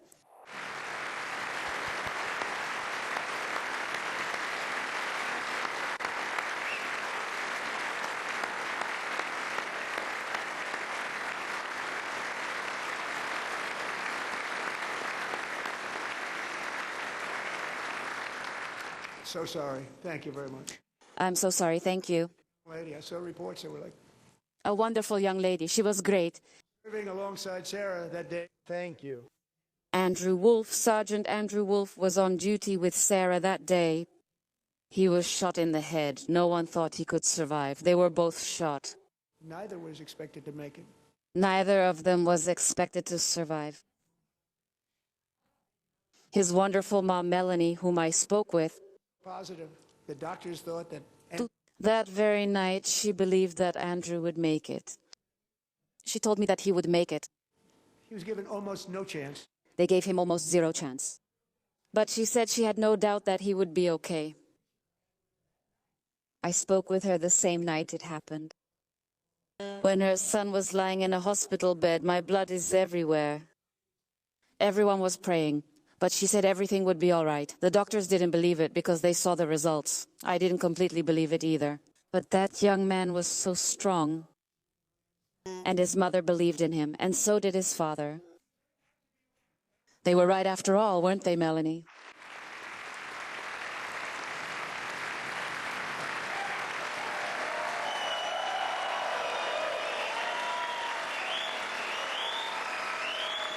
Nice, well done. That's nice. These are inspiring stories, nice things. Used politically, unfortunately, but that's just normal in America. This speech is endless. We still have half an hour left, another half an hour. If you thought that Donald Trump would somehow speed this up, you were seriously mistaken. And by the way, this is sped up by 25%. Amazing, actually. Amazing, right? I said, Where did this woman come from? She's the most positive person I've ever had. that lady is the most positive person I've known. When did he meet her? Her son Andrew returned from the jaws of death. Take on an important responsibility. You have a dividing divider. And he still has a bit of work to do on his full recovery, but he's on the right track. He looks good. I'm very happy to see you here. And thank you, Andrew.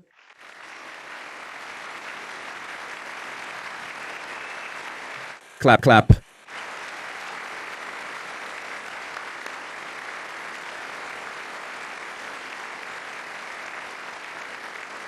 So, Andrew, when you came in, I wanted to ask Andrew.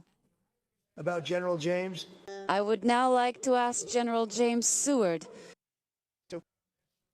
to award Andrew with a decoration that was established by George Washington himself, and that is the Purple Heart. Bullshit. Well, and this is a bit off. This is a bit off. If I'm not mistaken, the Purple Heart is for injuries sustained in combat, which isn't what happened here, right? This is a little disrespectful to everyone who got it for being wounded in combat. It's not that I don't wish it for him or anything. I'm more thinking about the people who got it because they were wounded. This is a bit of what happened. If I understood correctly, he was attacked even though he wasn't in combat.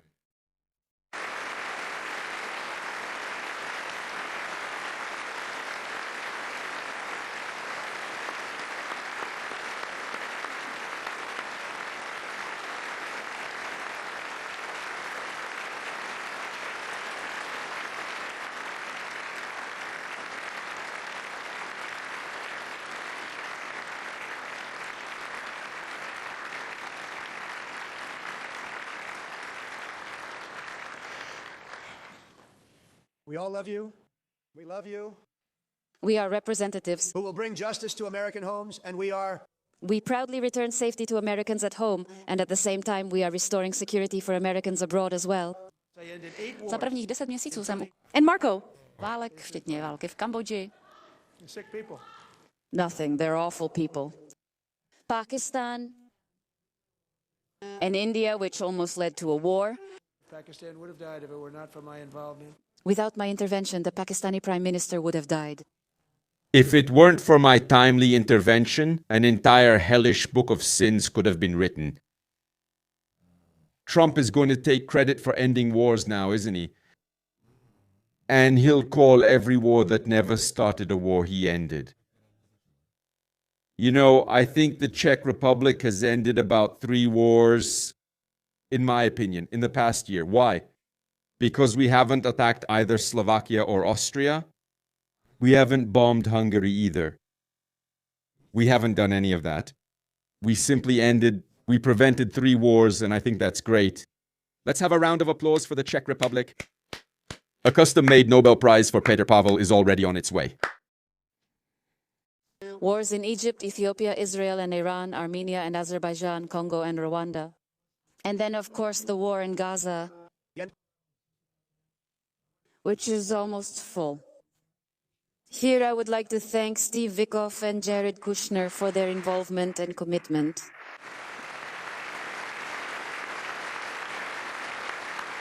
He ended the war in Iran, but I don't know about that.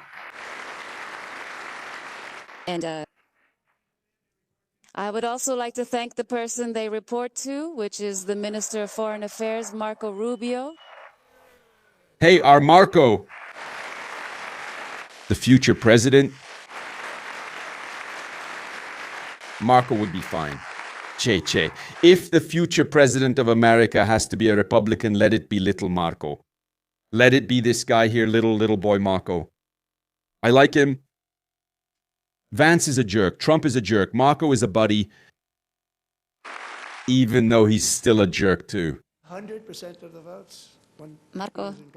Marco got 100% of the votes. And I think that next time, it will be something like 54%, and maybe some Democrats are now wondering how we could have confirmed him to office. But I have to say, Marco, you are a great Secretary of State and you're doing an excellent job.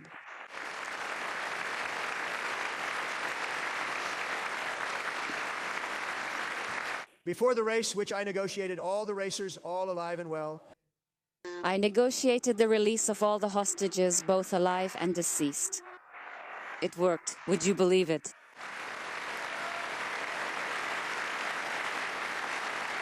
Nobody thought it was possible. No one thought it would be possible. No one believed it could be done. And these parents who always told me they were young. Some parents told me they wanted the body of their dead son returned, that they wanted him, even though he was dead. And at the same time, all the living hostages were successfully returned. Many, many more hundreds, but I said those last 20 are going to be tough. I knew those last 20 would be the hardest, but we managed to get them back. There were 14, 15 bodies out of those 28. Would you believe that Hamas cooperated with Israel and got those bodies back, went through those bodies? 100 of those that we identified? They had to search 100 bodies to find one, which was very complicated. In the end, they returned 27 of them, and then Steve and Jared made sure that I was the 28th. No one thought it would be possible. They were so... I remember that the parents of the last one were, of course, very devastated, but at the same time happy that they got their family member's body back, that their boy returned to them. We got them all back, so thank you both very much. All hostages were returned, and I appreciate your efforts.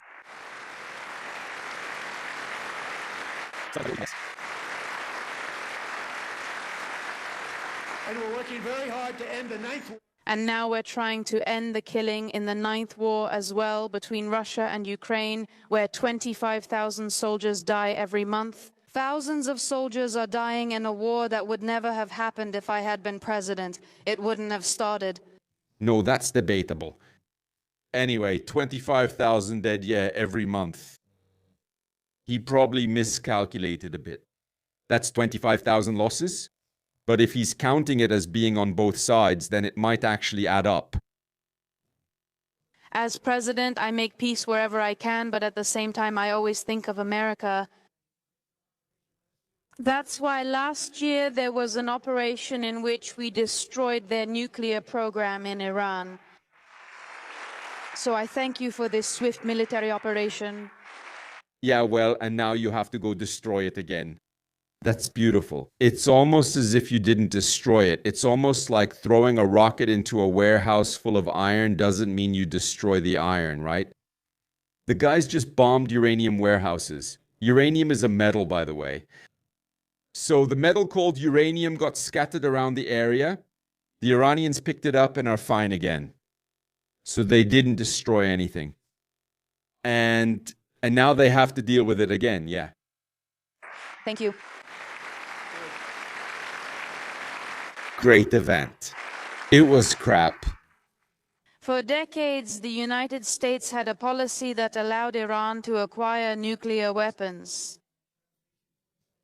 Since the moment that regime took power 47 years ago, they've spread only terrorism, death, and hatred. They have killed and maimed thousands of American soldiers and hundreds of thousands, even millions of people.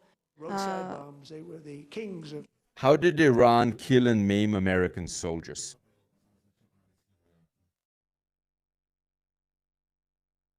Has America ever fought a war with Iran or anything like that? Or did he confuse it with Iraq? Or is he talking about the fact that Iran occasionally sent some rockets to American bases? That probably didn't go into the thousands, those losses, right? What the hell is he talking about here? With roadside bombs. We got rid of Soleimani, that was me. And he was the father of this concept of roadside explosive devices. And he means that Iran supported the Taliban in Afghanistan. And during the last few months, as protests have been happening in Iran, it seems that they have killed 32,000 protesters, their own citizens. They shot them, they hanged them, we stopped them, we prevented them from hanging many more with our threat of strong retaliation. They are really terrible people. They threaten Europe and our overseas military bases. Wait, Iran is now developing chemical weapons. A country in the Middle East that starts with I is developing chemical weapons. Interesting. That's never happened before. It's interesting. Maybe the Americans should go in there, occupy the country, bomb it, and overthrow the regime, because that sounds serious. That sounds very serious. Ooh. And they're building weapons that can reach all the way to the United States of America. After Operation Midnight Hammer, they were warned not to try to restore their nuclear program. Specifically their nuclear weapons program, but they're still continuing with it. We destroyed their entire program, and they started again, and now they're trying once more to acquire nuclear weapons. We're negotiating with them. They want to make a deal, but we're telling them they must never have nuclear weapons.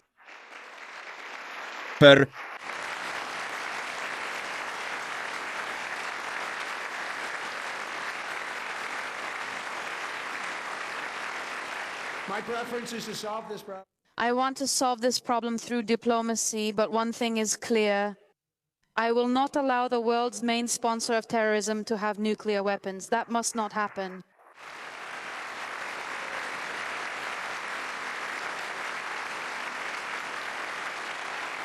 So it's good that you destroyed their nuclear program, right? No country should doubt America's resolve. We have the most powerful military. I rebuilt it during my first term, and we're continuing to build it. I gave them $1 trillion budget. We have to be strong. Although I hope that we won't have to use this great military power very often. It's called peace through strength, and it's the most effective.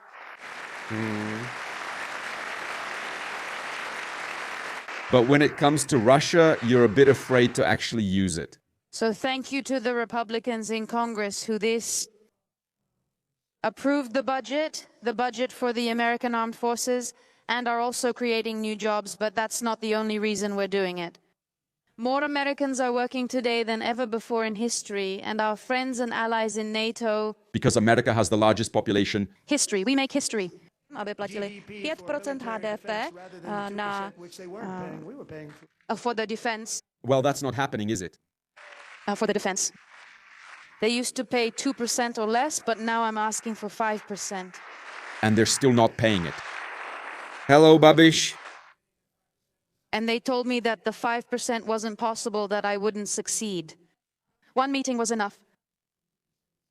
And the difference between the 2% that they didn't pay, which we paid, and the 5% that they will now pay, that's truly an amazing difference. And we will also pay for Ukraine, and NATO will reimburse us for that. Our armed forces are really having record recruitment, and all the soldiers who are newly joining also deserve our thanks.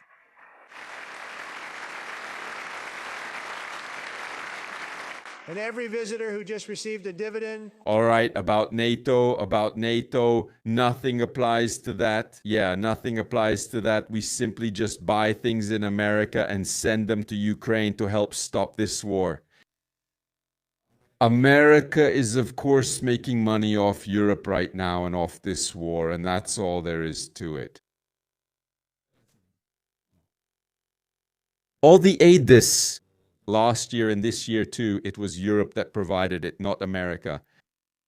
And everyone received a warrior dividend of $1,776. Nice recruitment bonuses, I appreciate it. Inspiring. Czechs, take inspiration from this. They got that money through tariffs, and now we'll have to restructure it a bit, but we have the money for them. It's 1,770. You will have to return it because you illegally stole from companies that trade with America. That's what the Trump administration did. They took money from people through tariffs. You must give it back because if you're caught stealing, like in court, you have to return it. Handing out money that you don't have and that you stole, that's not right. Dollars. They wanted me to approve it, and I said $1,776. Wait, one more dollar and it will be $1,776. Everyone thought it wouldn't be possible, but I turned those $1,775 into $1,776. And I've never met anyone from the military area who didn't thank me for that. So yes, it's great. 1776. We really love our armed forces and soldiers. We love our firefighters too, and they often don't get mentioned.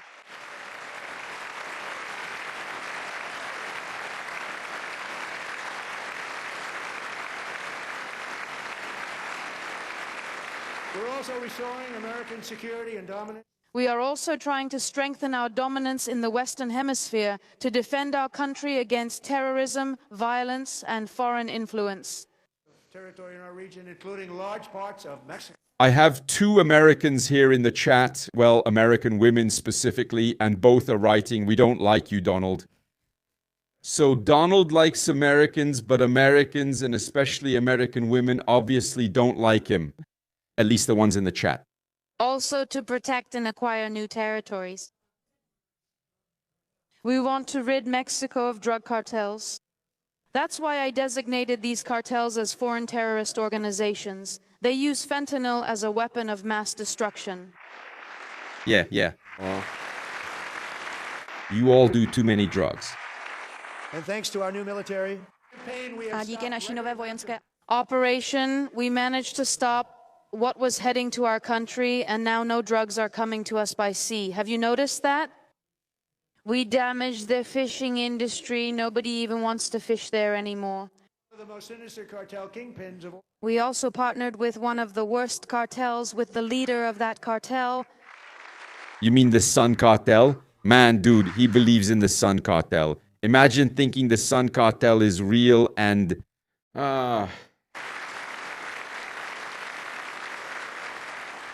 In January, elite American warriors. In January, elite American units carried out one of the most complex, most amazing operations in world history. No one ever knew anything like this, including many world leaders who didn't believe it. They watched and said, yes, that's really very interesting. It's different. These are different forces, armed forces, than what we had a few years ago. I am very proud of them. Space Force is my creation. Look at Space Force. That's my baby. Was Space Force deployed in Venezuela or what? Space strikes.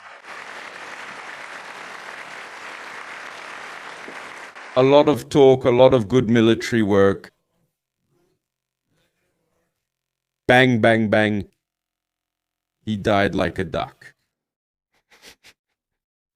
Armed forces American Armed Forces. not only defeated an enemy, good fighters.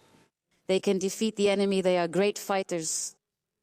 And they managed to bring only their own dictator, Nicolas Maduro, to American justice. And this was an absolutely colossal victory.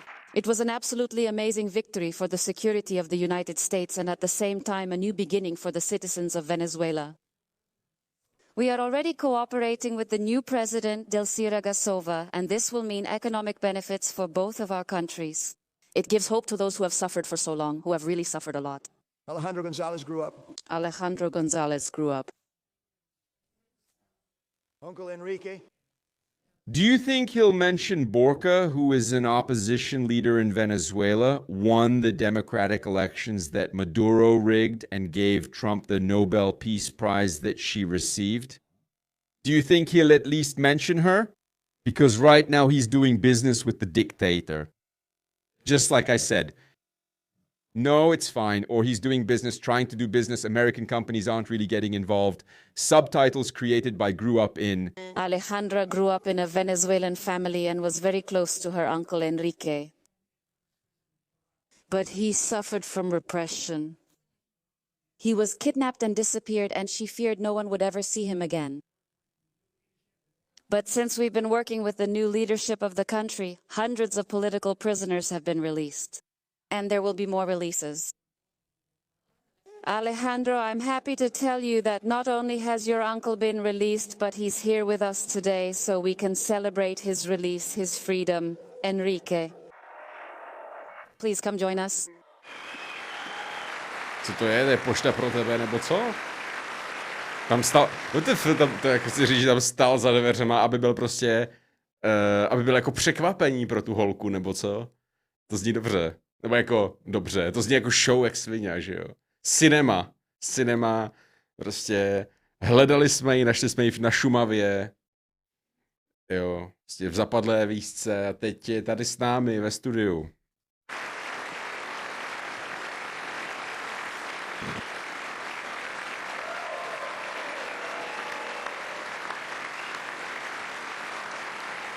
Subtitles created by JOHNYX.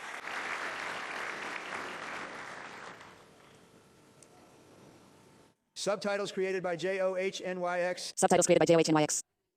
Subtitles created by JOHNYX. Created by JOHNYX. Subtitles created by JOHNYX. Subtitles created by JOHNYX. However, the actions of one of those warriors will go down in the history of military bravery. Eric. Slover, who planned the entire operation. And he was in the cockpit of the first helicopter. Powerful helicopter. He was in the cockpit of the first helicopter. And he was in The cockpit of the first. He was in the cockpit of the first helicopter. And he was in the cockpit of the helicopter. Of the first helicopter. And he was in the cockpit of the first helicopter. He was in the cockpit of the first helicopter. Under the cover of night, he descended with his unit to Maduro's residence A. 100% privacy majority and 100% privacy majority, 100% privacy. It was a Mike Cheever. Miriwasami was Baida. When they were preparing to land, she was aiming at them. What if they were Cubans? They were constantly told they were Cubans and that the Chinese and Russians were present. What the fuck? They fired a lot of weapons at them. He was hit by 4 bullets. He was very seriously injured.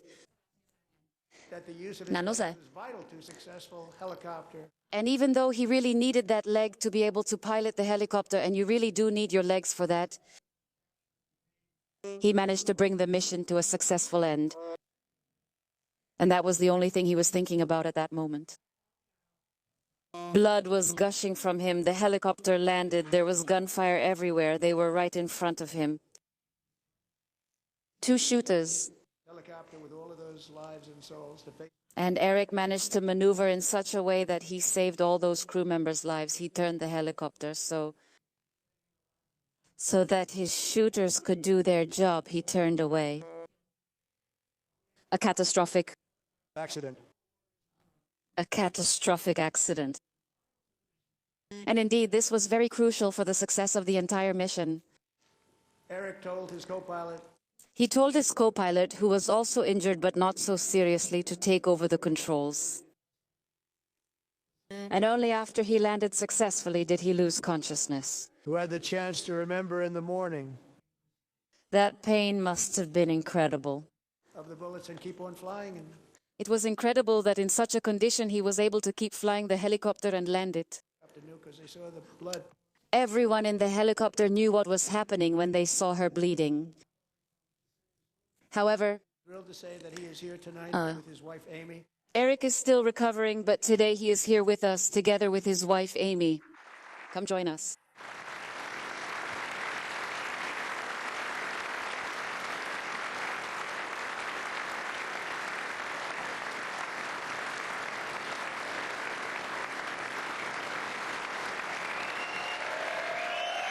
No way, he'll get the honey.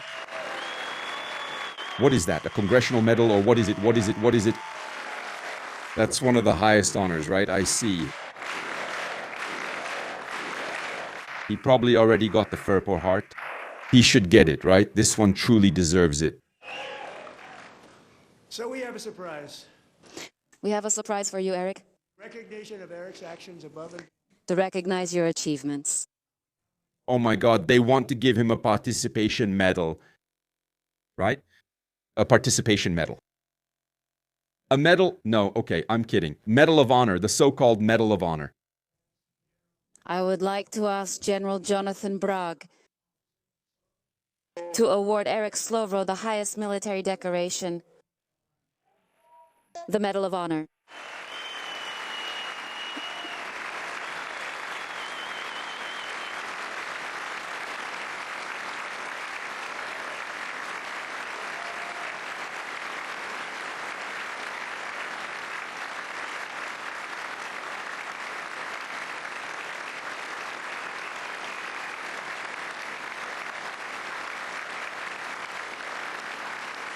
That's the story. Here it comes now. You get the Medal of Honor. Congress applauds you.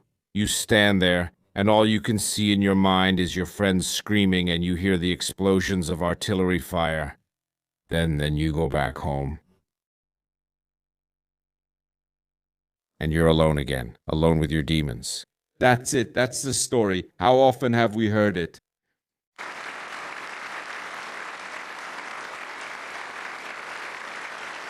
Hi, you go into it.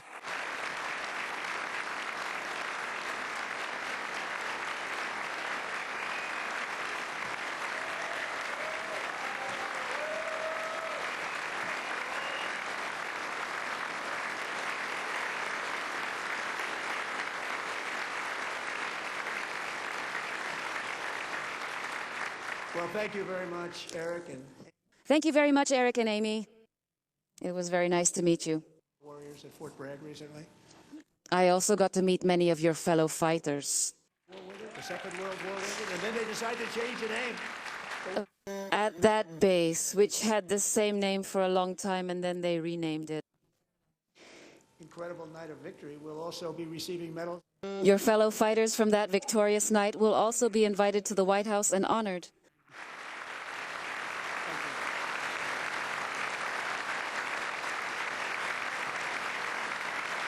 He seems a bit traumatized, though, or kind of like... All right, he's unstuck now. Good. Thank you. It's really great. Today we honored great American patriots, but we still have one living legend here. One more heroic. He is another hero, a pilot. Fighter pilot Royce Williams served in World War II in Korea and Vietnam and flew over 220 missions. In 1952 in Korea, he took part in that legendary dogfight. He flew through a storm and fought against 7 Soviet fighter jets. Even when outnumbered, Royce shot down 4 enemy fighters and almost destroyed the others as well. His plane took over 200 hits. His story was a secret for over 50 years, and he didn't want to tell us why, but his legend kept growing. And now, at 100 years old, this heroic captain will finally get the recognition he deserves. And he deserved it long before tonight. Please rise, and the First Lady of the United States will present Royce Williams with his medal. Over and over. Damn, that's quite a story. True American hero like this. The old man just refused to die until he got his medal, and now It's done. Life is complete.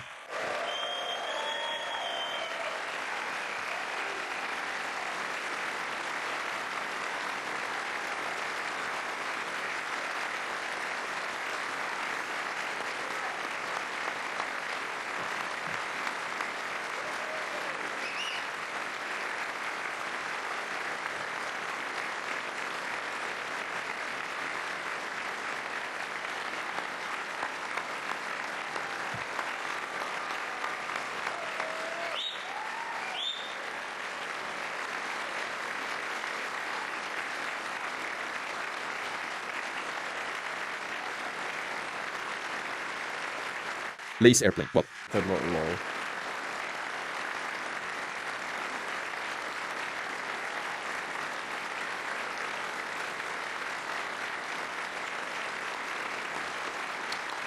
hello, Zuzka. We're watching the Pakistan and Afghanistan Congress and we'll handle it tomorrow.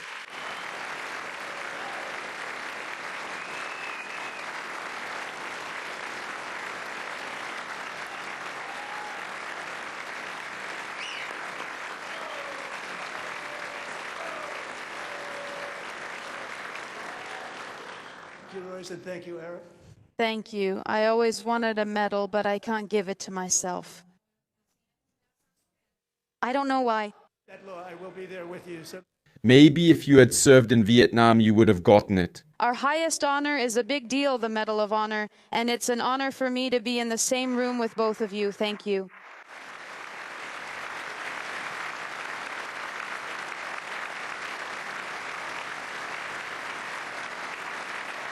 I assume it was Joe, although with Donald Trump, you never know. He put the medal on himself like Obama. 250 years, that's a long time in the life of a nation. At the same time, though, from the perspective of history, it's just a moment. Two people who are here today were born 100 years ago. And in 1826, the author Thomas Jefferson drew his the author of the Declaration of Independence, Thomas Jefferson. Thank you. He died only 100 years ago, so we are not that far removed from those heroes who stand with us today and connect us through history. It is the work of several amazing generations, those chapters when Americans built from 13 humble colonies the greatest nation and defender of freedom, the strongest and most successful country in the entire world and in history. We mastered this dangerous continent. The wilderness we tamed, that beautiful but dangerous wilderness of the Wild West. The plains and swamps where we built the most beautiful cities in the world. We built the strongest industry in the world. We fought against tyrants. We liberated millions from fascism and communism. We have lifted humanity up to the sky, and also we set out to the stars and into space thanks to our American will, determination, and pride. With our ingenuity. We have moved the planet with our ingenuity, and we brought American culture, and now we're trying to come up with more groundbreaking moments that will change the whole world. That is our legacy, our glory, built on the hard work of patriots who protected and built this country and carry the hope and freedom of all humanity on their shoulders. For years they were neglected and betrayed, but that betrayal is over. We will never forget them again, because when the world needs bravery, courage, and inspiration, it still turns to America. And when God needs a nation to perform his miracles on earth, he knows whom to ask. No challenge is too great, no border is too strong for us to overcome, no horizon is too far for us to reach. Our destiny is written by our own hand, and over those 250 years, which were just a turn from the border of Texas to the border of Michigan, from Georgia and Florida to Washington and the historic streets of Philadelphia and our beautiful capital, everywhere the golden age of America will begin. The revolution that began in 1770 is still ongoing because the flame of freedom and independence still burns in the heart of every American patriot. Our future will be better, brighter, and more glorious than ever before. God bless you. God bless America. God bless the things that come to an end. Ladies and gentlemen, that was a banger. Damn, I feel sick from it. Ah! Oh my God, oh my God, oh my God. At least you can see how America is in decline. Half of that was applause. The other half was cherry-picking people who don't really have much to do with America as a whole. They just picked some people and so on. Look, those people deserve it, yeah, but when we look at that speech, Donald Trump lied, manipulated, gave inaccurate numbers, and basically said nothing. An hour and a half, and the guy didn't say anything. Congratulations, yeah, glory to America, damn. Keep lying to yourselves, keep manipulating the charts. Keep clapping, and the louder you clap, manipulate, give inaccurate information, and credit long-term trends to a single person, or ignore bubbles in the markets, or ignore negative predictions, the better it will be. Ignore the negative, cheer for the positive, lie about the situation, the more the better. Yes, so truth and reality can go to hell with truth and love, and of course you can't eat truth and reality. That's enough manipulative bullshit. An hour and a half of manipulative bullshit the whole time.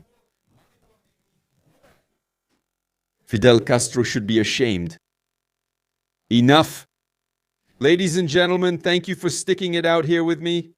Jesus.